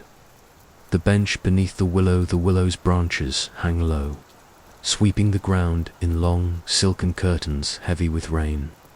The soft hiss of water sliding from leaf to leaf is almost louder than the rain itself, a layered, whispering rhythm. You step toward it, the umbrella brushing against the outer fronds. A faint spray of droplets shakes loose at your touch, cool, against your cheek. Beneath the willow, the air feels different, muffled. as though the tree itself has drawn a boundary between what is inside and what is not. The rain here falls more slowly, each drop landing with a gentle plink against the damp earth. In the center of this green curtain, a bench waits. It is simple, weathered wood, the grain silvered with age, and someone is sitting there. Their posture is still, head bowed, hands resting loosely in their lap. The dim light from the street beyond the willow barely reaches them, painting their shape in soft shadow. You cannot see their face. You take a step closer. The branches sway slightly, though there is no wind. The figure does not move. Another step, your shoes sink slightly into the soft ground, the scent of damp wood and leaves filling your breath. The figure's stillness feels less like waiting and more like simply being, as though they have always been here and will remain long after you leave. You are close enough now to hear the rainwater, dripping steadily from the tips of the willows, longest branches, splashing in small arcs onto the bench's arm. The sound is soft but deliberate, a metronome for the tree's quiet heart. And then you blink. The bench is empty. The shape you thought you saw is gone, though you didn't see them rise or step away. Only the bench remains, slick with rain. You reach out and touch it. The wood is warm. The warmth lingers under your hand longer than it should, as though it has been holding the memory of someone for only moments. You sit. The branches above sway, gently, forming a canopy that seems to lean closer around you. Rain falls beyond the willow in its usual rhythm, but here, just above your head, the drops are fewer, slower, as if the tree is sparing you. You rest for a moment, listening to the muffled world outside the willow's shelter. It feels like being inside a breath held just for you. When you finally stand, you notice something else. The air just beyond the willow is brighter, even in the rain. Through the curtain of branches, you can see a tall building with a single window lit on its upper floor. The silhouette of a woman stands there, watching. The woman at the window, the building stands at the far edge of the street, its brickwork darkened by years of rain. The windows on the lower floors are boarded shut, the wood warped and streaked with rusted nail heads. Weeds press against the foundations, bending under the weight of the steady drizzle. But high above, in the topmost window, there is light. It spills faintly through glass, fogged with condensation, soft and golden in the gloom. And within that window, framed by thin curtains, a silhouette stands. The figure of a woman, still, composed, her posture quiet but certain. You pause just beyond the willow's shelter. The rain touches your face again, cool and clean, as though reminding you that you've stepped back into the open night. Your umbrella tilts toward the window almost instinctively, the fabric catching drops in a soft patter. You raise a hand in greeting. For a long moment, nothing happens. Then, slowly, the silhouette lifts her own hand. The movement is graceful, deliberate, a wave not of recognition exactly, but of acknowledgement. You hold the gesture for a few seconds before lowering your hand. The rain slides steadily down the glass, warping the light, making it ripple. The curtains shift slightly, a flutter as if stirred by a gentle breeze. But the building is sealed. There should be no wind inside. You take a few steps closer, shoes whispering over the wet street. From here, you can see more of the window, the delicate folds of the curtain, the faint glint where the light catches the glass, the shadow of the woman's hair where it curves over her shoulder. She doesn't move again. You glance down at the doorway below her window. The frame is rotted, its paint long gone. A weathered sign hangs loosely on one hinge. Its faded letters warning that the building is unsafe. Your eyes travel upward again. The woman is still there. You shift your position slightly, testing whether the light and shape might just be a trick. But the figure holds, steady in her place. It is only when you blink just once that she seems to have stepped closer to the glass. The change is subtle but certain. Her shape fills more of the frame now, and though you can't see her features, you sense the weight of her gaze. You wonder if she is seeing you as clearly as you see her. The umbrella's edge trembles faintly in your hand, rain slipping off. In small rivulets, you glance around, half expecting to find another soul out here on the quiet street, someone else to confirm what you're seeing. But the road is empty. When you look back at the window, it is dark. The light has gone out as if someone pinched the flame from a candle. The curtains hang still. The glass reflects only the faint glow of a nearby street lamp.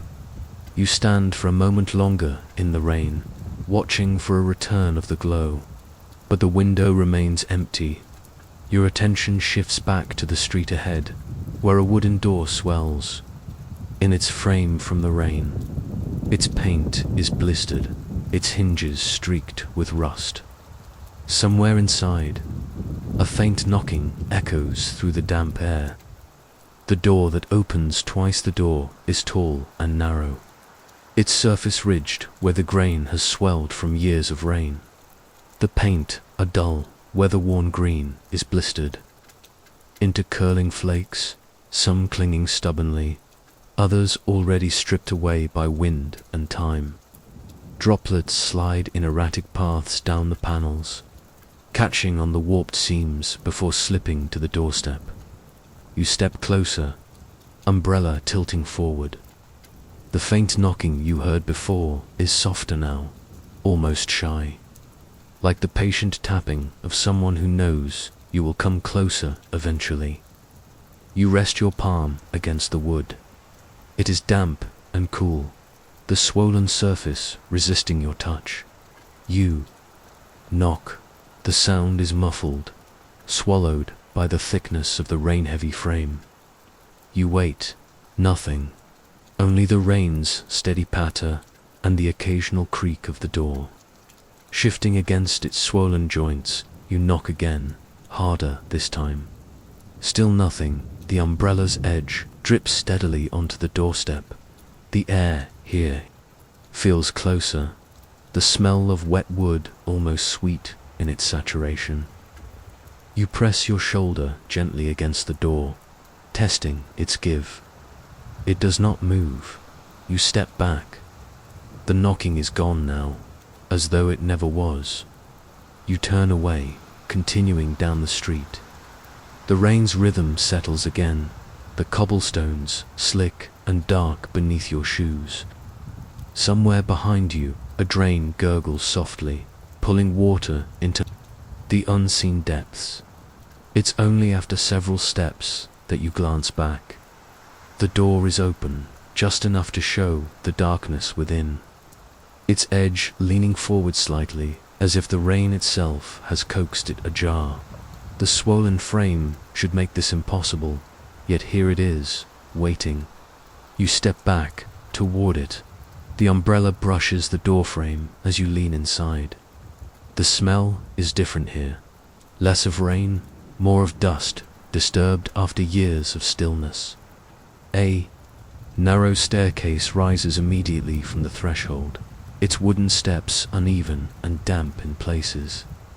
The railing leans slightly toward the wall, worn smooth where countless hands must have passed long ago. The space is dim, the light from the street, spilling only part way up the stairs before fading into shadow. You place one foot on the first step. The wood groans softly as though waking, and then the knocking returns. Behind you, slow, deliberate, exactly as it sounded when you first approached. You turn, the door is closed again. You step down, pressing your palm against it. The wood is damp, the frame swollen shut once more. The knocking stops the instant your hand touches it. You glance toward the window above the door. The glass is clouded, but you think you see the faint outline of curtains swaying gently, though no breeze reaches here. From farther up the street, a pale stretch of houses waits in stillness. Their porches are slick with rain, their steps empty, their windows dark. Yet the entire block feels as though it is listening, waiting for something you can't yet hear. The street where dogs don't bark step away from the door, the rain drawing a thin veil between you and the block ahead. The cobblestones here glisten in uneven patches where street lamps find them, each puddle a small mirror trembling under the drizzle. The houses line both sides of the road in quiet formation, their porches hunched forward, their windows black, or faintly silvered by the wet dot. At first you think it's just a slow night, but then you notice what's missing. No barking in streets like this. Dogs are as constant as the rain, their sharp voices leaping from porch to porch, chasing shadows. You can't see, yet here there's nothing. Your footsteps feel louder without them, pressing against the hush. The umbrella's soft drum of rain becomes the only steady rhythm, each drop falling as though it's been granted special permission to speak. Past the first porch, the swing sways slightly, though there is no breeze. The chain creaks once, a lonely sound swallowed quickly by the mist. From behind a curtain, a shadow shifts. You can't tell if it's a person or simply the movement of fabric. Either way, it's brief, a blink in the corner of your sight. You slow your pace, glancing at each porch in turn. Some have chairs, some old crates. A few are bare, but for the welcome mats soaked dark with rain. Not one dog, not a stray at the corner, not a tethered guardian, not even the scuffle of paws against wet wood. The air feels held. You find yourself listening to, without knowing what for. Your ears reach beyond the sound of the rain, searching for the signal that has silenced this street. A faint movement catches your eye at the far end of the block. Under the spill of a dim street lamp, something shifts behind a fence, low, to the ground. You take a step toward it. The shape is small but deliberate in its stillness. It doesn't retreat, doesn't dart away. It waits. The umbrella's weight shifts faintly in your hand, guiding you forward.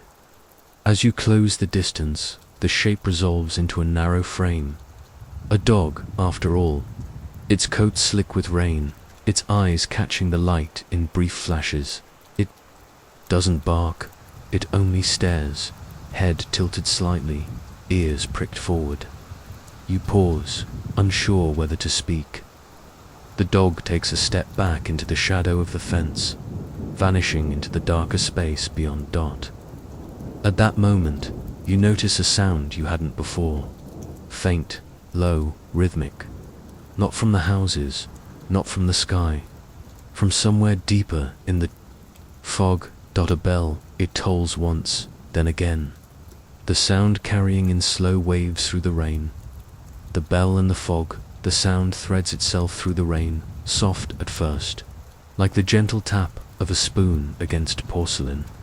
It comes again, deeper this time, the tone rounding out into a quiet chime that carries farther than it should in weather like this. You pause in the middle of the street. The houses around you are shadowed, their windows dim. The silence that began with the missing dogs now folds itself around this single sound, framing it so it seems to exist alone in the night. Dot. Another toll, closer. Your eyes scan the fog ahead. There is no tower rising above the roofs, no spire, no steeple, no lamplight catching on brass. Yet the sound continues, slow, patient, deliberate, the kind of ringing that doesn't mark time, but waits for it. You take a step forward. The umbrella leans with you, the rain pattering against its surface in a rhythm that almost matches the bell's pause between notes. As you move, the tone shifts, not louder, but more intimate, as if the bell has turned toward you. You stop, the ringing stops to dot. The rain fills the absence for a few moments before the sound returns. Faint again, as though it has stepped back just beyond your reach. It feels less like you're approaching it, and more like it's approaching you, keeping a certain distance, circling in a slow, invisible arc. You keep walking, following the direction you think the chime came from. The street narrows, the mist pulling tighter around you until even the lamps seem unsure of their own light. Another toll, this one carries a strange clarity, cutting so cleanly through the rain that you feel it against your skin. You glance down, side streets, peering into the veils of fog. Nothing, only more wet cobblestone, more shadow, and yet you sense movement ahead. Not the kind you can see, but the kind you feel, a subtle rearranging of the air. The next chime comes almost immediately, closer still. It's as though the bell is no longer fixed in a single place, but is moving with you, adjusting its path, to keep its distance while never losing you. You step into an open square, the mist here thinner, but no less evasive. The cobblestones gleam faintly, a dark, rain-fed sheen that reflects the weak glow of the surrounding lamps. Another chime, this one feels like it came from directly above you. You tilt your head back. The sky is empty. Only the rain, falling in, thin silver strands into your umbrella. The sound fades once more, retreating toward a narrow crosswalk at the far side of the square. You take a step toward it, your breath curling in the cold air. The chime rings again, low and close, just as you place your foot on the first painted stripe. The crossing without lightstep. Crosswalk stretches before you like a quiet invitation. The paint, dulled to pale grey by years of use, gleams faintly under the weak light of a single lamp. Rainwater gathers along the edges of each stripe, pooling in shallow mirrors that tremble under the drizzle. You pause at the curb. No headlights glow in the distance. No engines hum. The traffic lights, if they were ever here, are gone. The umbrella rests in your hand, steady. Its curve shields you from the rain's full touch, though the air here feels wetter, thicker. Somehow, you take your first step. The sound of your shoe on the wet paint is soft but distinct. Another step, the air presses closer, as though the space between each drop of rain has grown heavier. You listen for the bell that led you here, but the chime is gone now, replaced by a low, dense hush that seems to draw the world inward. Halfway across, it happens. A voice. It speaks your name in a tone low enough to feel before you hear it. A vibration that slips through the air like a thread drawn tight. It's close, too close. You stop. The rain falls harder for a moment, blurring the edges of the stripes beneath you. You look behind. The street is empty. The voice comes again, softer now, like a breath grazing the side of your ear. Your grip on the umbrella tightens. The air is so thick you feel as if you could lean into it. Your next step feels slow, deliberate, the sound of your shoe lost in the muffled weight around you. The rain finds new rhythm here, striking the painted stripes with a softer note than it does the black pavement between them. It's almost a pulse. You keep moving. The far curb waits just ahead, the whetstone glistening in the dim lamp glow. Your breath hangs low in the air, curling upward before fading. As your foot meets the final stripe, the voice calls your name. One last time, quieter than before, but somehow heavier. You step onto the curb. The weight lifts, the air lightens, the rain returning to its usual, patient fall. Behind you, the crosswalk is empty again, the paint dull and harmless under the drizzle. You glance down the street, at the base of a flight of worn stone steps. A small object sits in the rain. It looks like a book. The book left on the steps are slick with rain. Their stone worn smooth by years of feet passing in and out of some long-forgotten doorway. No door remains now, only the shadow of where it once stood, framed by bricks darkened to near black. The book rests halfway up the steps, tilted slightly where one corner sags into a shallow puddle. Its cover is plain, a faded cloth binding, whose original color you can't quite name. The title, if there ever was one, has been erased by time and weather. You crouch, umbrella leaning forward over your shoulder to shield the book. Rain trickles along the fabric and down your coat sleeve as you brush a hand lightly over the cover. It feels warmer than the stone beneath it. The edges of the pages have curled into soft waves, their once sharp corners rounded. Droplets cling stubbornly to the paper, as if reluctant to let go. You open it. The first page is legible, despite the damp. The handwriting, thin, careful strokes, is neat, but slightly uneven, as though written by a steady hand in a moving carriage. And the words. They describe the exact moment you are in now, standing in the rain, holding the umbrella just so, kneeling at the steps with your hand resting on the book's cover. You glance instinctively over your shoulder. The street is empty, rain softening the edges of the houses and lampposts. You return to the page. The description continues, noting small details you hadn't thought to notice. The way your breath curls against the cool air, the faint scent of wet stone, the warmth of the book against your palm. You turn the page. The second page describes you opening to the second page. The loop is unsettling but quiet, like the reflection of a reflection. You keep reading. Each new page records what you have just done, moments behind the act itself. Your movements are written before you realize you are making them. Halfway through, you come to a page that pauses. The text stops mid-sentence. The ink is still wet. You lift your eyes from the book. The rain falls more slowly now, each drop landing with exaggerated weight. You glance toward the top of the steps. The final page is there, still attached to the book, but different. Its ink is being written as you watch. The letters appear slowly, curling into place, forming words you have not yet lived. It tells you to stand. You do it. Tells you to take the book. You hesitate. The rain trickles down your neck. The ink curls into the next instruction. It tells you to walk. Toward what? The page does not say.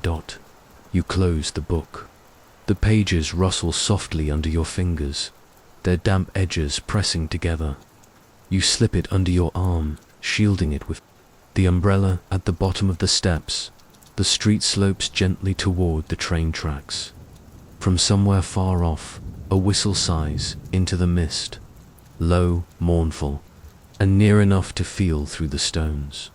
The train whistle after mid slope of the street carries you toward the tracks almost without thought. The book warm beneath your arm despite the rain's steady chill. Each step brings the whistle's echo closer, though its source remains swallowed by the mist. The rails appear slowly, glistening like twin threads of silver stretched across the wet earth. They vanish into the fog at both ends, each direction. A question without answer. You pause beneath a lone street lamp. Its light spills across the rails in a thin, broken reflection. The rain runs over the metal in tiny streams. carrying the glow in brief flashes, before letting it fall into the dark gravel below. The whistle calls again. This time it's softer, drawn out into a note that seems to lean against the rain itself. It feels close, as if the train will crest the bend at any moment. Its dim lights pushing the mist ahead of it. You wait. The umbrella keeps its slow rhythm above you, drops ticking like a patient clock. The whistle should be followed by the deep, rolling heartbeat of wheels, but none comes. Only the rain answers, steady and unchanging. You glance down the track in one direction, then the other. Both ends are equally empty.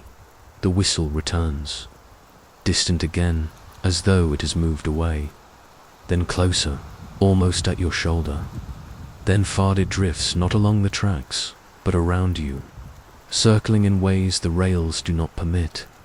The book under your arm feels heavier still, as though it knows what the whistle is calling for. You shift it slightly, feeling the damp cloth binding, cool against your fingers. Another note rises from the mist, low, wavering, familiar now. It seems to curl itself into the sound of the rain, slipping past your ear like a whisper that does not need words. You turn. There is no train, no light. But the whistle sounds again, this time from right behind you. You step away from the rails, your shoes clicking against the slick wooden planks that cross them. The sound of the whistle fades quickly now, as though it has moved on without you. The rain grows quieter. The air thickens in its absence. From the shadowed mouth of a narrow alley nearby, another sound begins, slow, deliberate, evenly spaced, dot ticking. The alley clock to the alley mouth gapes between two rows of brick buildings, their wet walls leaning toward each other as if sharing a secret. Rainwater slides down in long, gleaming lines, tracing the grooves in the mortar until it drips into the narrow gutter, running along the base of the cobblestones. First, the ticking is faint, barely there, under the steady patter of the rain. A measured sound, even and patient, like the pendulum of a clock too far away to see. You pause at the threshold. The sound continues, steady as breath. There is no light inside the alley. The street lamp behind you throws a thin arm of glow across the first few stones, but beyond that, the darkness folds inward. You take a single step inside. The ticking grows clearer. Not faster, not slower, simply more certain, as if it recognizes your presence. Your umbrella brushes one of the walls. The rain that's clung there falls in a small cascade, tapping against your shoulder. The air here is cooler. It smells faintly of rust and something older, a scent like paper that has been locked away too long. You take another step. The ticking swells to fill the space between you and the far end of the alley. There is no echo. The sound doesn't bounce from wall to wall. It simply exists, fixed in place, somewhere ahead.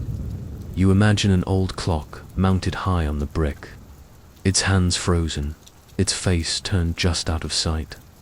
But you know there's no such thing here. There never has been. The ticking feels as though it isn't measuring time at all. It is measuring you. Your steps fall in rhythm with it now, each one landing between the ticks like a conversation you didn't agree to, but are answering anyway. You reach the midpoint of the alley. The rain above has thinned here, falling only in occasional drops from unseen eaves. The ticking is loudest now. It beats not in front of you, but all around, as though the air itself is the clock. You stand still. The ticking does not stop, and then it skips. One beat is missing. The absence is louder than the sound itself. The next tick comes late, heavier, like a single drop of rain falling into deep water. The sound shifts back to normal. but you know something has changed. You move. Again, stepping toward the far end where a faint wash of light suggests an opening. The ticking follows you, not behind or ahead, but at your side, walking in perfect parallel. As you emerge from the alley, the rain returns in full, rinsing the quiet from your ears. The ticking fades with each step, until only the patter of drops remains. A row of houses stretches before you, their windows fogged, their brick walls glistening. One, in particular, leans more heavily against the mist, its surface slick with rain, as though the walls themselves are breathing. The house with the wet walls. The house stands slightly apart from its neighbors, as though it has drawn back into itself. Its bricks glisten in the weak light, not merely wet, but saturated, each one drinking in the rain as though thirstier than the rest of the street. Water doesn't just run down the walls here. It seeps from them, as if the very structure is exhaling moisture. You stop at the edge of the pavement, the umbrella angled against the slow mist that clings to the air. A bead of water runs across the brick, disappears into the mortar, then reappears lower down, sliding toward the base. The effect is unsettling. The walls appear to be breathing, a slow swell and release. So slight you might mistake it for a trick of the rain. A single light glows behind one of the fogged windows. The glass is streaked, the rain tracing vertical lines that warp the yellow blur inside. Shapes move, they're indistinct at first, their edges shifting like figures glimpsed through water. You take a step closer. The movement inside slows through the glass. You can see just enough to know the shapes are human. 2, perhaps 3. They shift from side to side, then pause together, as if in quiet discussion. You adjust your grip on the umbrella. One of the shapes turns, the others follow. They are facing you now, though the fogged glass hides every detail of their faces. Their stillness is sudden, deliberate. The rain slides down in thick rivulets, distorting their outlines into long, liquid smears. Yet you can feel their attention on you, pressing faintly against the space between the glass and the street. A slow pulse moves through the wall again, that subtle, impossible breath. This time you feel it in the air around you, damp and faintly warm, brushing against your skin. You glance toward the doorway. The wood is dark with rain, its handle tarnished, the paint flaking away in curls. The threshold is unlit. When you look back at the window, the shapes are gone. The light inside is still burning, but the space beyond is empty. Only the damp air moves now, rolling in slow, invisible tides against the brick. You step back toward the pavement. The house holds still behind you, its breathing walls settling into a rhythm you can almost match to your own. A narrow path runs from the side of the building toward the trees beyond. The ground there is soft with pooled water, reflecting a faint strip of moonlight through the mist. The vanishing footpath begins almost casually, a narrow line of pressed earth cutting through the grass beyond the house. Rain gathers in shallow puddles along its surface, each one trembling softly under the drizzle. Your shoes sink slightly with the first step. The ground soft but not yet difficult. The umbrella tilts forward with you, the rain drumming a steady rhythm overhead. The trees on either side stand tall but uneven, their branches drooping low under the weight of wet leaves.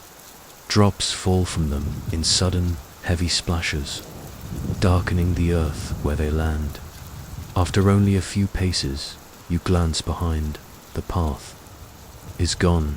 Where it should be is only wet grass, bent under the rain but unbroken, as though nothing has passed this way in years. Your footprints are missing. The house you left is hidden entirely by the press of trees and mist. You turn forward again. The path seems longer now, or perhaps just unfamiliar. It curves gently to the left, though you could have sworn it pointed straight when you began. Each step feels as though it's leading you somewhere new rather than toward a fixed place. The trees lean closer, their trunks dark and glistening. Some seem to bow slightly toward the trail, as though listening. You catch the faint scent of moss and wet bark, deep and green in the damp air. The rain softens for a moment, the sound of your steps growing louder in the hush. Your pace slows.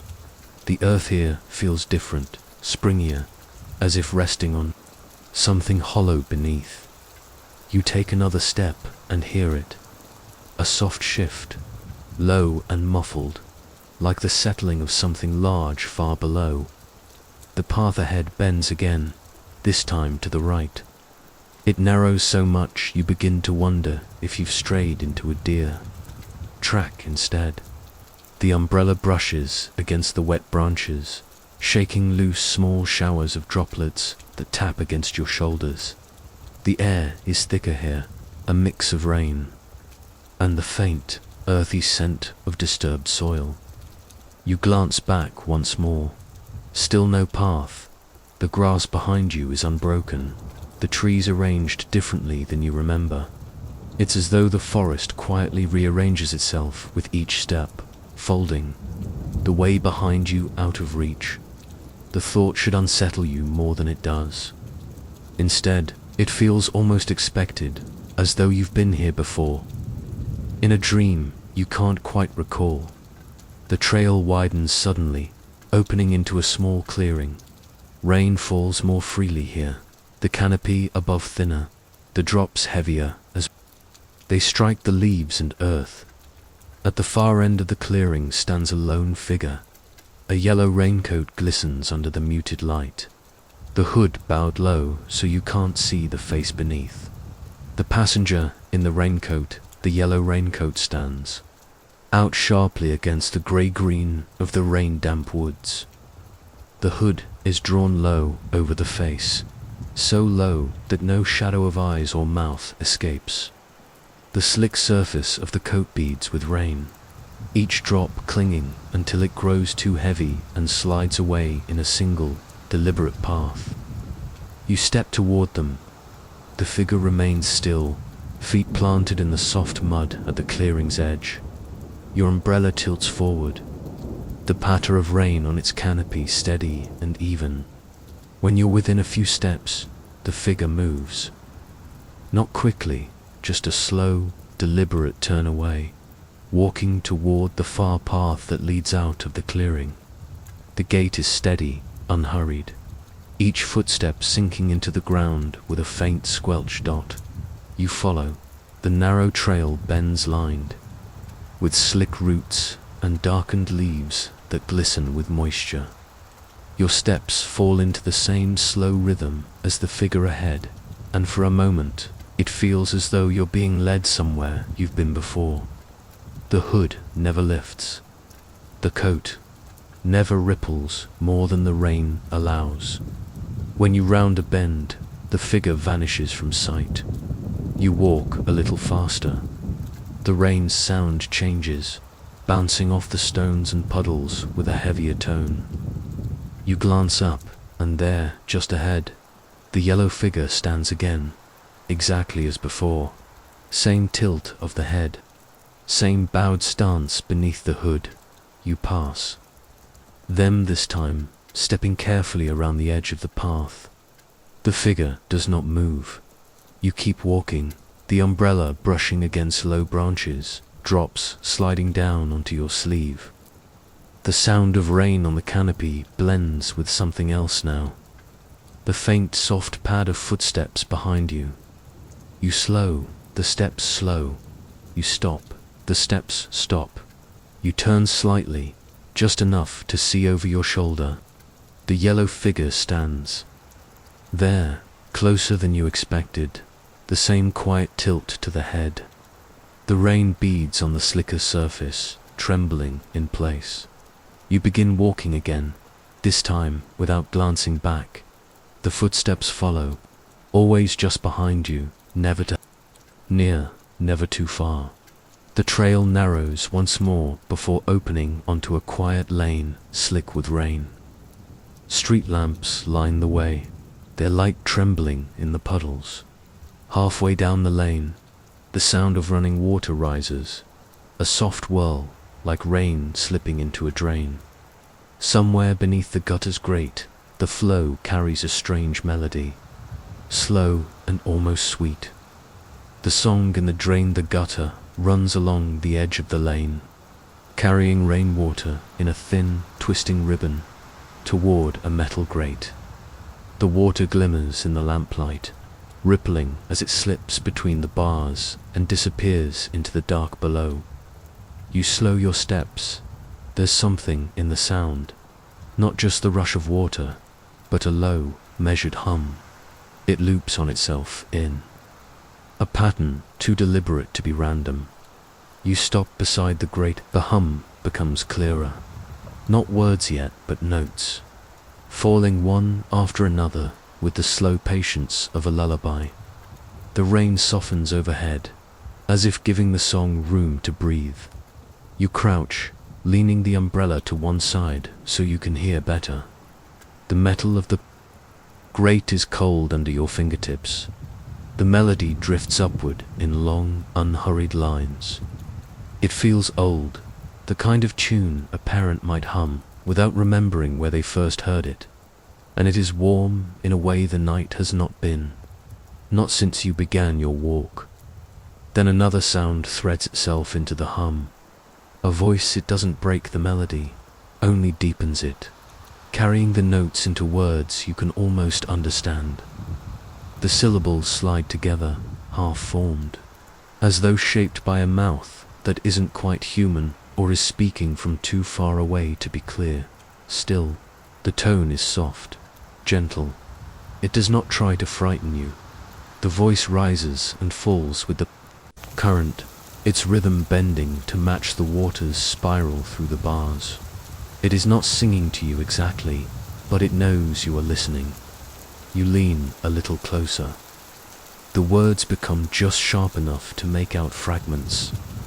Images of rain-soaked streets, of open gates, of someone walking without ever stopping. The lullaby carries a strange comfort, but also a weight, as if it remembers too much.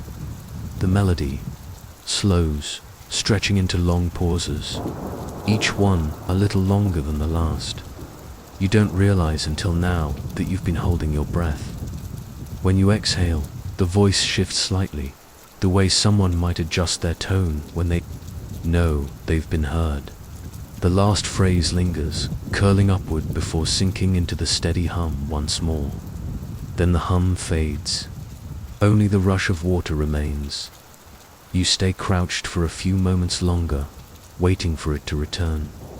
It doed, the umbrella tilts back into place above you. You rise slowly, the rain greeting you again in its quiet, patient fall.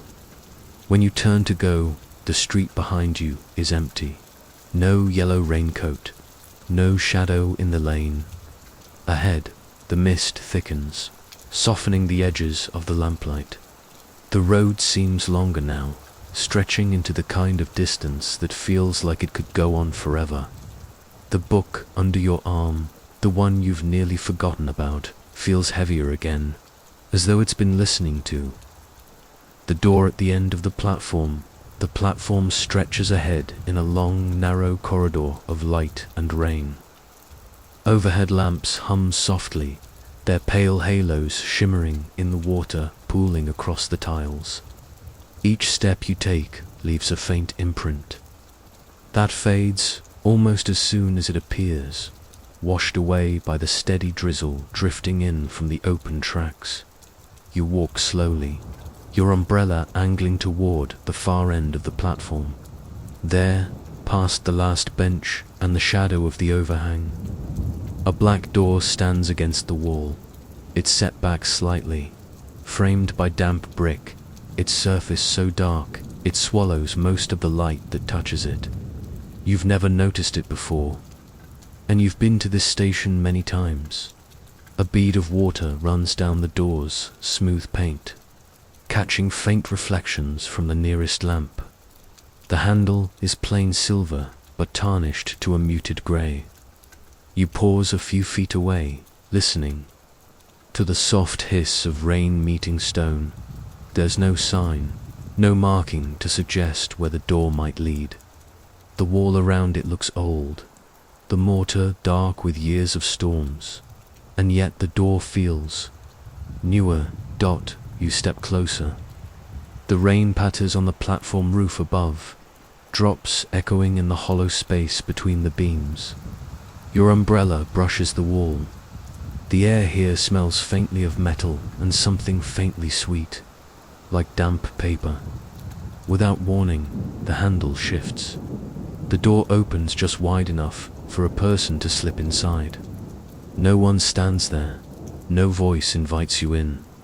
The space beyond is black, the edges blurred with mist.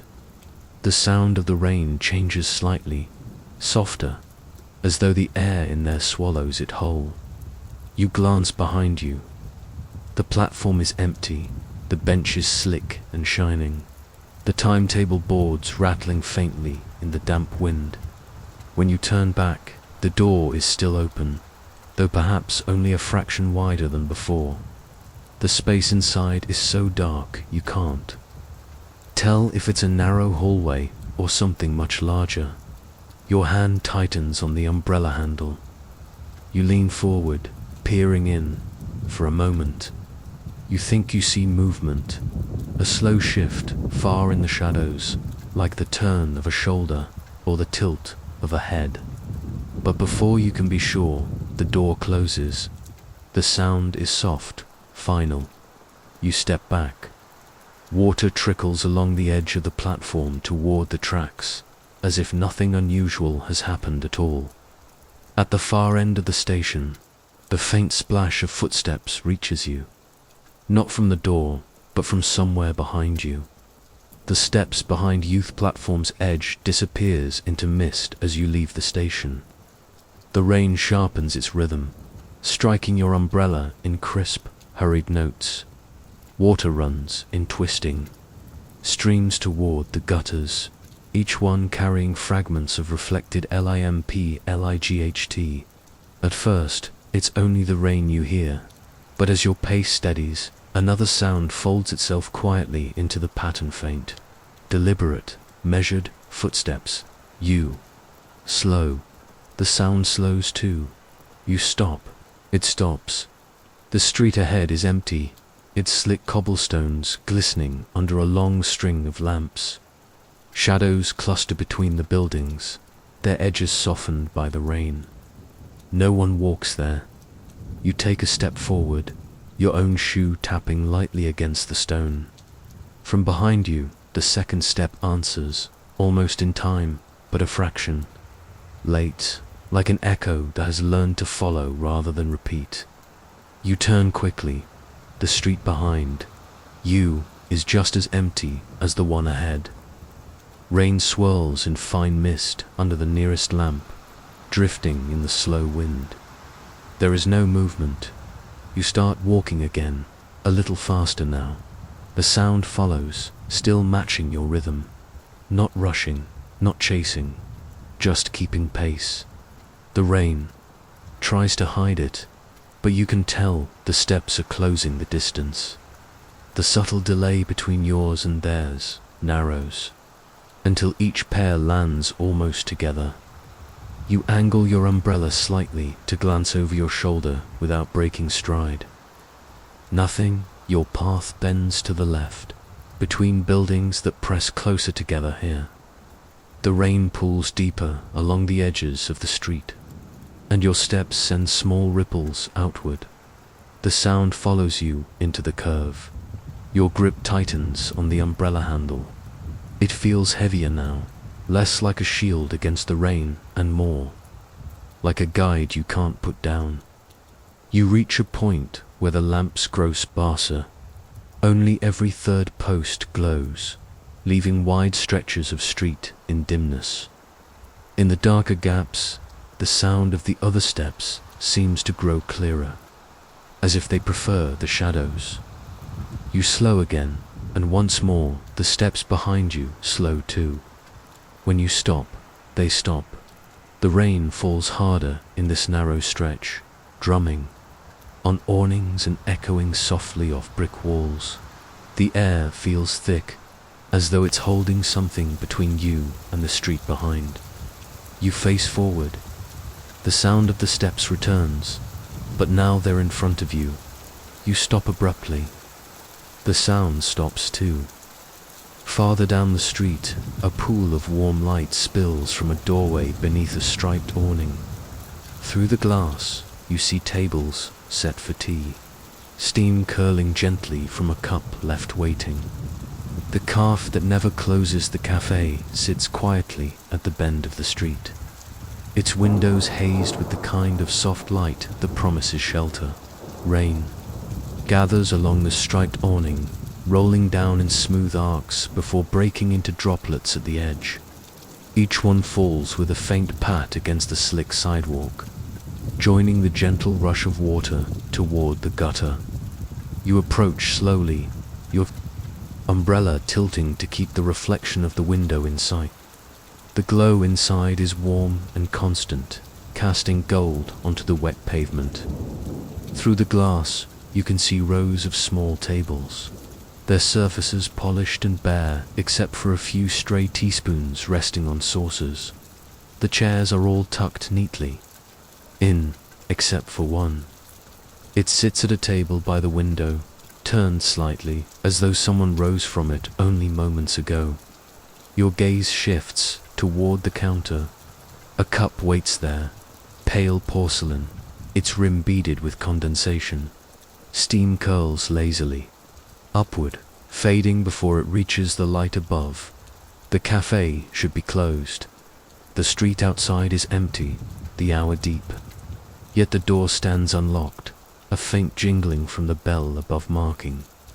Your entrance before you even touch the handle. You step inside. The air greets you with the scent of black tea and something faintly sweet, perhaps honey, perhaps something older. The warmth wraps gently around you, blurring the edge between the rain's cold reach and the still comfort here. The bell above the door swings lightly, its sound lingering longer than it should. No one stands behind the counter. No one moves in the kitchen beyond the half-open door. Only the slow hiss of the kettle and the faint creak of the wooden floorboards mark the silence. You close your umbrella and step toward the cup. The steam still rises. You place a hand lightly on the porcelain. It's warm, almost as if it had been poured just for you.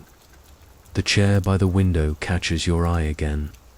It faces slightly outward, offering a view of the street and its glistening stones. A thin trail of water darkens the floor from the chair to the door, as though someone left in the rain not long ago. The bell above the entrance sways again. You turn quickly, expecting the door to open, but it remains shut. You look back too. The window, across the street, a single upstairs window glows faintly in the rain. Behind the glass sits a rocking chair, its outline shifting gently back and forth. The window across the street outside the cafe, seems quieter than when you entered. The rain falls in a steadier rhythm now, each drop drawing soft circles into the shallow puddles that cling to the uneven stones. Your reflection wavers there, pale under the lamps, umbrella tilted against the mist. Across the way, the upstairs window waits. Its light is a soft, muted amber, diffused by the thin curtain that hangs behind the glass. Within that gentle glow, the shape of a chair rocks slowly, forward and back, forward and back. The movement is unhurried, almost meditative. It seems to keep time with the rain's slow percussion, and yet, no one is in it. You step closer to the curb. rain whispering against your umbrella. From here, you can see the chair more clearly. A tall wooden rocker with curved arms and a high back. It leans slightly toward the window as though listening.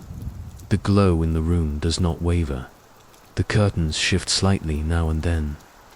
But the air outside is still enough that you know it isn't the wind. Perhaps it's the movement of the chair itself stirring them. The window is closed, its panes catching small trails of water from the roof above. The rain distorts your view, but you can still see the steady sway, back and forth, back and forth. You imagine the sound it would make, the slow groan of the wood, the faint creak against the floorboards. It's easy to picture someone sitting there, head bowed in thought, watching the street just as you are watching them. But there is no one. You glance at the door below the window. It's shut tight, its paint darkened by the wet. A brass handle catches a faint glint from the street lamp, but otherwise it's unremarkable. The chair keeps rocking, slow, steady, never pausing. You cross the street, your shoes pressing shallow ripples into the pooled water. The rain sound changes slightly as you approach the building, becoming more of a patter than a hiss. Standing beneath the window, you can no longer see the chair directly, but you can feel its rhythm, the suggestion of movement above you, like a heartbeat hidden in the walls. You rest your hand lightly on the doorframe. The wood is cool, slick with rain. A faint vibration hums through it, so subtle you almost think you've imagined it. Then, somewhere behind you, the distant sound of a train sighs through the mist. You glance toward the station at the far end of the street. Under the shelter, on the opposite platform, a figure stands perfectly still, watching. The watcher on the platform. The station feels even quieter than the streets you left behind. The rain falls freely between the high canopy and the tracks, drumming a soft, constant rhythm on the steel rails. The platform beneath your feet glistens under the harsh white lamps, each puddle a fractured reflection of light. Across the tracks, beneath the shelter of the opposite platform, a figure stands. Their posture is still, their head tilted slightly. In your direction, the shadow of the shelter cuts across them, hiding their features.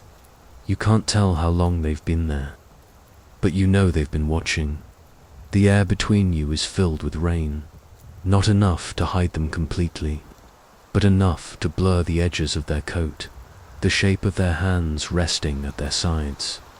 The sound of an approaching train grows low and steady at first, swelling into the iron-throated hum that presses into your bones.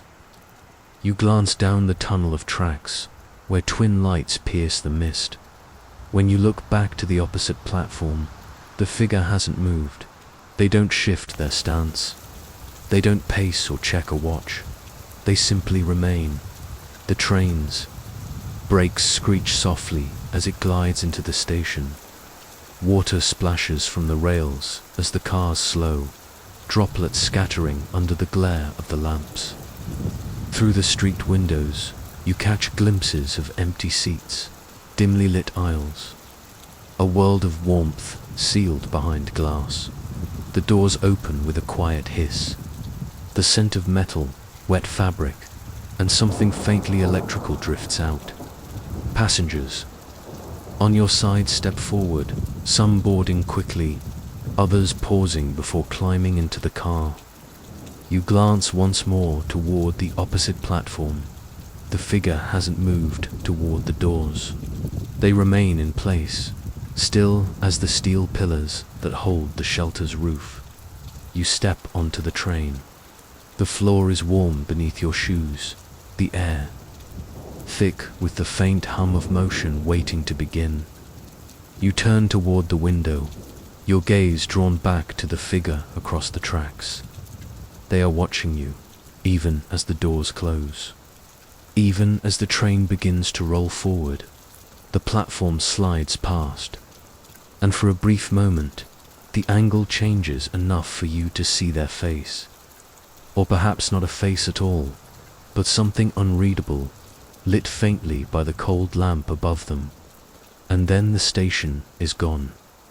The rain streaks sideways across the glass as the train picks up speed, carrying you deeper into the wet dark ahead. The city changes, storefronts appearing where you've never seen them before, signs glowing with words that fade when you look again. The shifting streets you step down from the train into a station you don't quite recognize. The lamps here have a softer glow, their light falling in uneven pools across the wet pavement. The rain greets you again with its patient patter, soaking into the quiet corners between buildings. The street outside glistens like a painted surface, every puddle shimmering with fractured colors from passing lamps. You take a few careful steps forward, your umbrella casting a dark circle over your reflection. At first glance, the street feels familiar. The shapes of the buildings, the curve of the road, even the faint scent of bread from a nearby shop. It all suggests you've been here before. And yet, on your left, a bookstore leans into the rain. Its display window is crowded with hardbacks, their spines glistening under a weak light. You're certain there was no bookstore here last time. You'd remember the way the golden letters on the window ripple faintly with each drop that lands against the glass. You walk on. The rain sound changes subtly, a shift from soft hiss to quiet murmur. It feels almost like words, hushed syllables curling between the drops. Not loud enough to catch clearly, but enough to make you tilt your head toward them. On your right now, a cafe glows through steamed over glass. You glimpse tables covered in white cloth, candles flickering in their centers. Last time you walked this street, if indeed you ever did, there was only a shuttered tailor's shop here. You blink, glance away, and look back. The cafe is gone. In its place stands a narrow florist's, its window crowded with deep green leaves and long-stemmed roses that catch beads of rain along their petals. You stop walking. The rain's whisper sharpens for a moment, the sound curling close to your ear.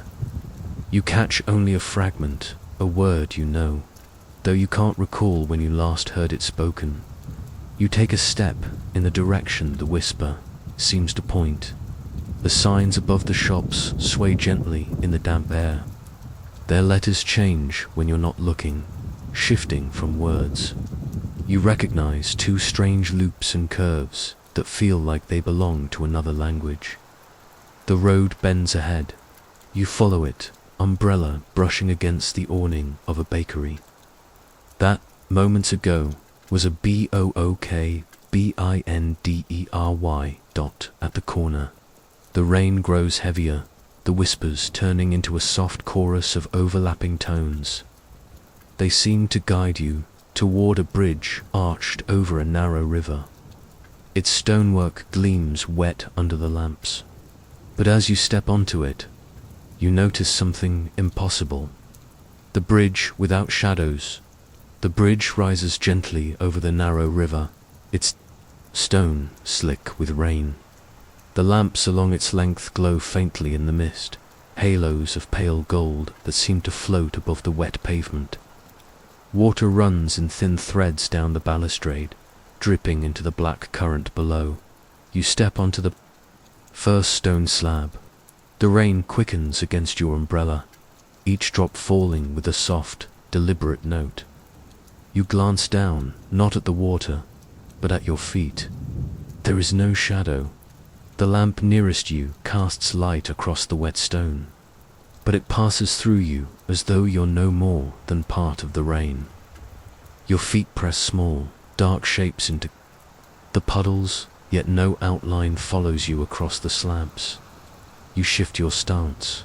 Still nothing. Halfway across, You pass another pedestrian, a man in a dark coat, his hat tilted low against the weather. His steps echo softly under the arches. You glance at the space around him, no shadow. He walks past without looking at you, his gaze fixed ahead. In a moment, he's gone into the mist at the far end of the bridge. Another figure follows, a woman carrying a red umbrella, its fabric beading with rain. No shadow trails behind her either. When she passes, the air feels heavier, as though something unseen has moved closer. You keep walking. The rain is steady here, unbroken by wind. Every drop seems to strike in the exact place it's meant to, as though the bridge itself is measuring the fall. You glance back toward the city you left. The lamps along the street beyond glow faintly, but you cannot see the edges of your own form there either. It's as though the absence follows you everywhere now. Near the far end of the bridge, you pause to look over the railing. The river moves slowly, its surface rippling with rain. You expect to see your reflection distorted in the current, but there's only the water. The sound of footsteps comes again, soft, deliberate. You turn, but the bridge is empty. Rain slips down your sleeve as you adjust your grip on the umbrella.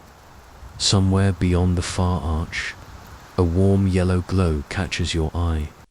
Tall windows set high in a stone facade. You recognize the shape, a library. Its upper panes flicker with lamplight, and the faintest hint of pages turning drifts through. The damp air dot the library in the storm. The library's heavy doors yield to your touch with surprising ease. They swing inward without a groan, though their weight suggests they should. The air inside is warm and faintly scented, with paper and dust, a gentle contrast to the clean, wet smell of the rain outside. Rain ticks steadily against the high. Windows, each drop sliding down the tall panes before vanishing into the leaded frames. The sound is muted but persistent, like the heartbeat of the building itself. The lamps here burn low, their glow pooling on the dark wood tables and stretching into the labyrinth of shelves beyond.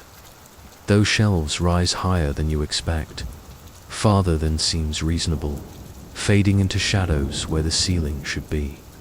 You step forward, your umbrella still dripping onto the polished floor. It leaves a trail, but no attendant appears to frown or fuss over it. At the center table near the front, a single desk lamp burns steadily over an open book. The pages are cream-colored and soft at the edges, their surface glistening slightly where water or something like it has blurred the ink. You draw closer. The words swim faintly across the page, some dissolving into cloudy smears, others holding their shape. As you watch, a line you cannot quite read melts away, leaving a pale space behind. Then, new words begin to appear. They rise slowly from the page, letter by letter, in dark, deliberate strokes. The handwriting is elegant, but unfamiliar, curling in a style from another time. You lean closer, trying to catch the words as they form. The first few describe a room with tall windows and the steady sound of rain, a room where someone has just entered, leaving a wet trail behind. The description continues, a figure standing by the desk, head bent over an open book. You look up from the page instinctively. The room is empty, save for you. When your eyes return to the book, the text has already moved on. It now describes the figure reaching out, fingers resting lightly on the paper, as though to test if the ink is dry. You do exactly that. The page is warm. The ink does not smudge beneath your touch. Rain rolls gently down the nearest window. The sound, a soft curtain behind you. Somewhere deeper in the library, you hear a faint shuffle, the whisper of a page turning far from where you stand. Your eyes are drawn to the book again. The next lines speak of leaving this table, of walking past rows of shelves into the deeper dark. And there, in that darkness, finding something, you straighten slowly. The book waits, its words still forming, but the aisle between the nearest shelves seems wider now, inviting the road with no reflections. You step out from the library's shadow into a street washed silver by the rain. The lamps above spill pale light across the asphalt, but none of it catches in the water pooling along. The road, there are no mirrored halos from the posts, no shimmer from shop signs, no ripple of passing clouds. Only you, your outline gazes back from the puddles, darker than the water should allow, as if drawn there in ink. The rain distorts its edges, in slow waves, but the shape holds.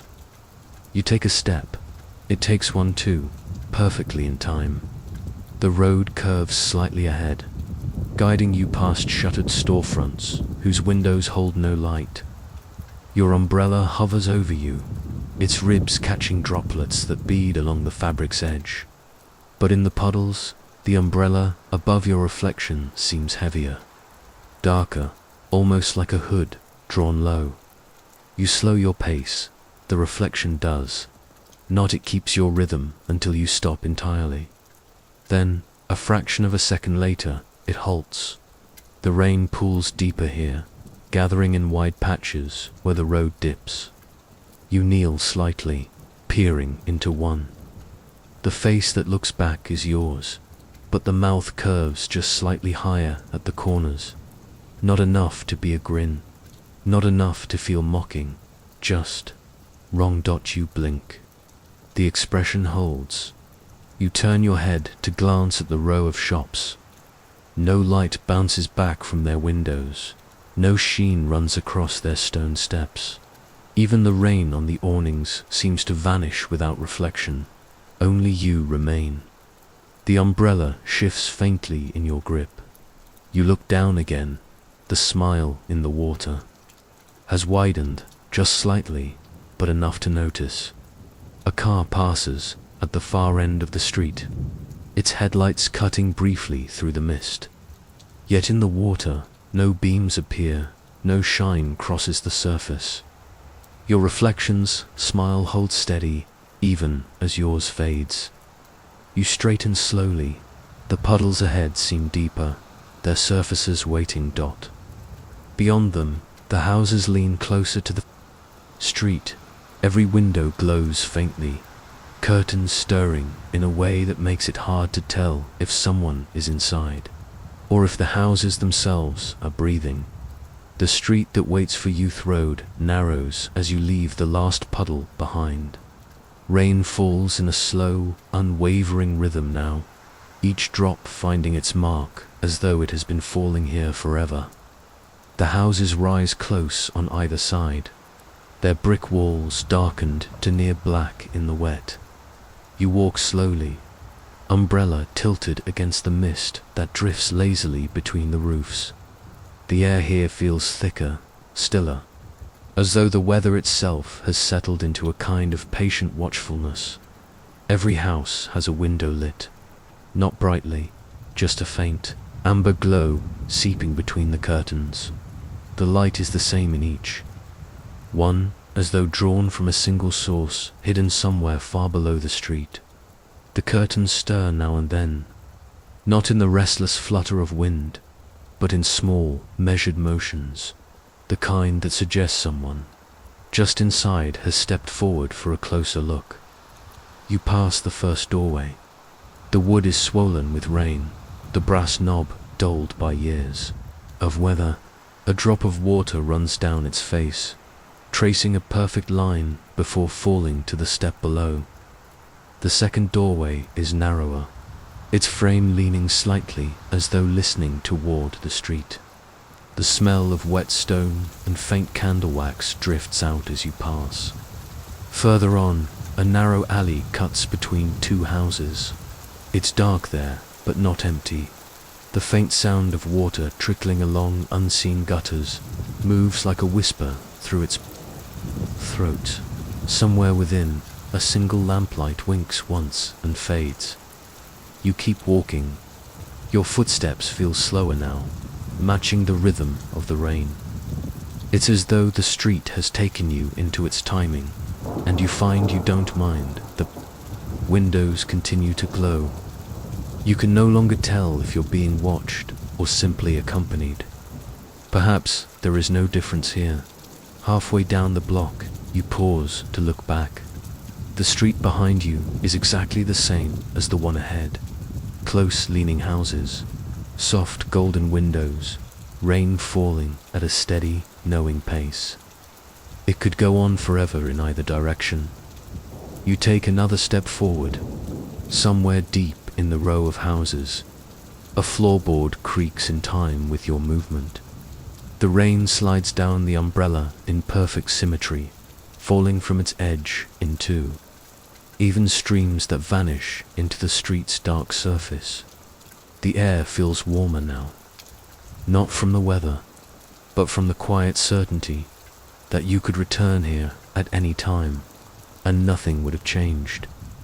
The houses will still be leaning, the curtains will still stir, the lights will still glow, and the rain will still fall as it does now, with the patience of something that knows it will outlast you. The elevator that skips floors, the lobby smells faintly of damp stone and warm metal. Rainwater gathers in shallow pools across the black and white tile, spreading in irregular shapes that shimmer under the weak light above. From somewhere outside, the wind nudges the glass doors, making them shudder softly in their frame. The elevator waits against the far wall. Its doors are tall and glass-fronted, streaked with thin rivers of rain running down from the floors. Above, the soft hum of machinery within is constant, the sound somehow blending with the rain's rhythm. You step forward, your reflection wavering in the streaked glass. The panel of buttons glows faintly inside, each number lit from within, though you've pressed nothing yet. The light is soft, uneven, as if the bulbs are breathing under their frosted covers. The doors slide open. Warm air drifts out, carrying the faint metallic scent of the lift's walls and something older, like the papered hallways of an abandoned hotel. You step inside. The panel beside you hums, one of the buttons pulsing brighter than the rest. It is not the ground floor, nor any you meant to choose. Your hand hesitates above it, but before you can decide, the doors close with a quiet sigh. The lift moves not quickly, not slowly, just enough to suggest motion without revealing whether you're rising or falling. The rain's sound is still here, impossibly loud for being indoors. It trickles somewhere above, dripping down through spaces you can't see, echoing softly. In the walls, the indicator above the doors flickers. As it passes numbers you recognize, then skips one. The floor between simply vanishes from the count. The light jumps ahead as though nothing was missed. Then it happens again. Another number skipped, then another. You lose track of how many floors you've passed, or how many the elevator has chosen not to acknowledge. Finally, it slows. The panel's lights shift once more, landing on a number that doesn't belong here. You've never seen it on the directory in the lobby. The doors open. A long hallway stretches ahead, carpeted in deep green that swallows the sound of your steps. Rain still falls here louder than before, though you can see no windows. It's as if the building itself has trapped the storm within its walls. The air is damp enough that the fabric of your coat clings faintly to your arm. The hum of the lift fades behind you, replaced by the soft, steady patter from nowhere you can name. You take a single step into the hallway. The doors close behind you without sound. Somewhere far down the hall, a shadow moves. The child in the alley, the hall's damp air follows you down a set of uneven steps, each one slick with the fine mist that seems to seep through the very walls. At the bottom, a narrow side door stands ajar, its paint softened and curling from years of rain. Beyond it, a thin alley waits darker than the street it should open onto. Rain gathers here in slow, deepening pools, the cobblestones beneath them shifting faintly in the shimmer of the lampligt. At the alley's mouth stands a child.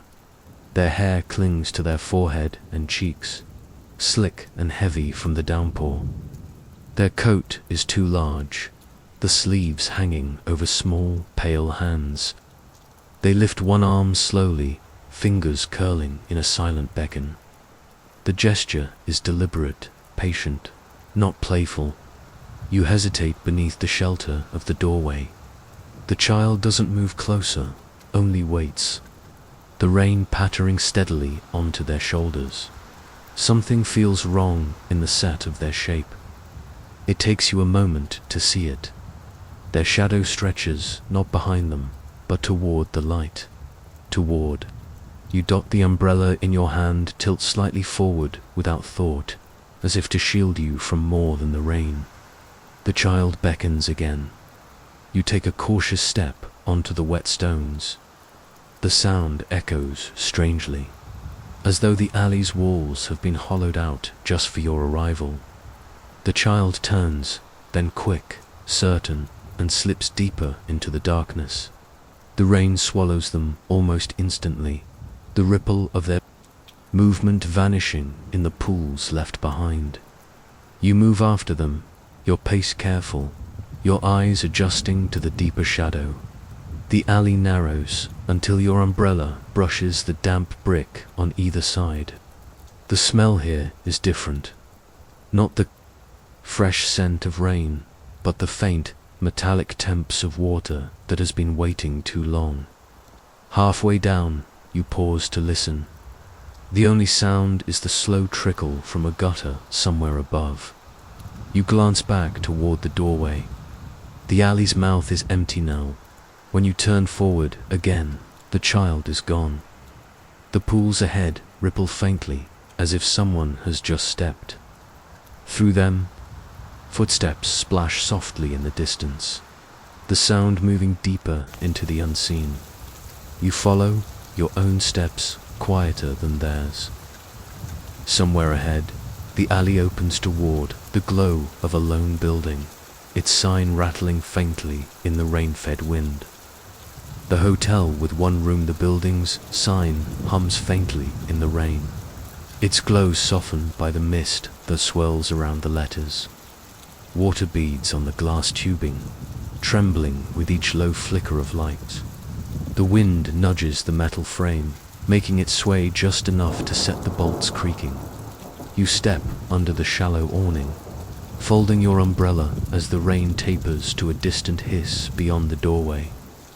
The wood beneath your feet is worn smooth by decades of shoes passing this way, its surface darkened by the damp dot inside. The air is warmer, but no drier.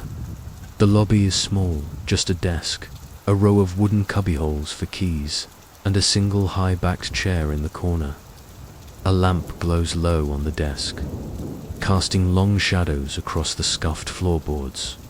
The clerk stands behind the counter, hands resting lightly on the wood. Their face is expressionless, the eyes neither inviting nor unkind. Without asking your name, they reach into one of the cubbyholes and slide a brass key toward you. "One room," they say softly, their voice nearly lost under the muffled patter of rain against the window. You glance at the wall of keys. Only the slot for this one is empty. You take the key. The brass is warm, as though it has been held for some time. The clerk nods once toward the hallway beyond the desk. From here, you can see only a single door, tall, narrow, painted the same muted color as the walls. You step toward it. The hallway is lined with old wallpaper, the pattern faded into something that might once have been floral. The single door waits at the far end, its brass handle catching the glow of a weak wall sconce. You fit the key into the lock. The tumblers shift easily, though the handle feels heavier than it should. The door opens onto a darkened room, dark to see its edges, though you can hear the faint drip of water somewhere inside. Then, from deep in the hallway behind you, another sound. A door slamming shut. You turn quickly. The single hallway is still, the single door the only one in sight. Yet the sound came from somewhere much farther away, as though there were more doors here than you can see. You step back into the hall, glancing toward the desk at the far end. The clerk is gone. Somewhere in the unseen distance of the building, the slam comes again, quieter this time, but closer. You keep hold of the key. The rain outside has picked up, its rhythm echoing faintly down the hallway, though no window here is open. Ahead, through the warped glass of the front door, you glimpse the bus stop across the street. Its glass shelter gleams wet under the rain, a faint reflection shifting across its surface. The mirror at the bus stop stands quiet beneath. The drizzle, its shelter of glass and steel streaked with silver trails of rain. The street around it is still, save for the shifting curtain of mist that blurs the edges of the lamps. Water gathers in the grooves along the curb, carrying reflections downstream in long, trembling lines. You step inside the shelter. The sound of the rain changes immediately.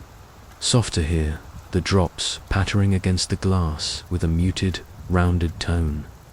The air smells faintly of wet metal and faint dust, the kind that lingers on surfaces long untouched. The back wall is not just glass, but mirrored. Your reflection stares back at you, slightly dimmed, the rain's streaks sliding between you like thin curtains. At first, it moves with you, the small adjustments of your stance, the tilt of your umbrella as you close it. But as you step closer, you notice it lags. By only a moment, but enough for you to feel it. You raise your hand. It raises its own. But it begins just before you do, as though anticipating the motion. You step back, your pulse settling into the steady beat of the rain on the shelter's roof. The reflection shifts with you, always a breath ahead. It feels less like a mirror and more like a conversation. The rain grows heavier outside, the lamps glowing softer through the mist. You set your umbrella against the glass beside you. The reflection leans its own umbrella too, but not in the same place. Yours rests against the right pane. The other's leans against the left. You try a smile, it returns it, but its smile is wider, deeper, a shade to knowing. You let yours fade. It keeps smiling. For a moment, the reflection simply watches you. Its smile softens, but doesn't vanish. And then, in a slow, deliberate movement, it raises its hand again. You don't. The glass holds the motion there.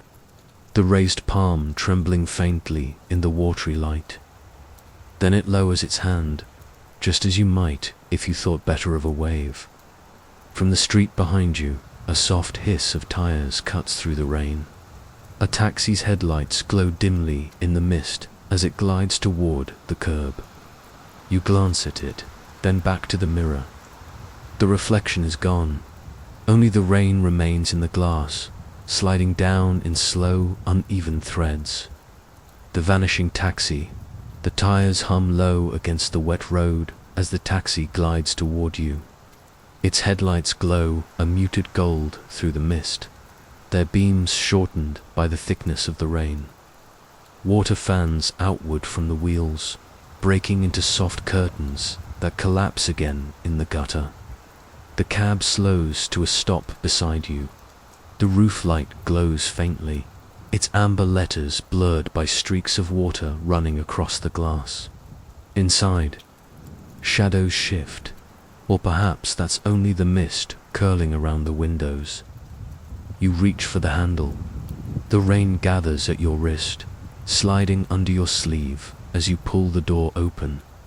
The back seat is empty. Not just empty, immaculate.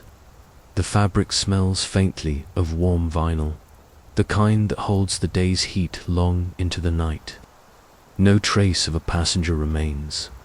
No scent of perfume, no rumple in the seat, no stray droplets from a rain-soaked coat. You glance toward the driver's seat. It's empty too. The wheel sits at a perfect angle, aligned as though waiting for the next turn.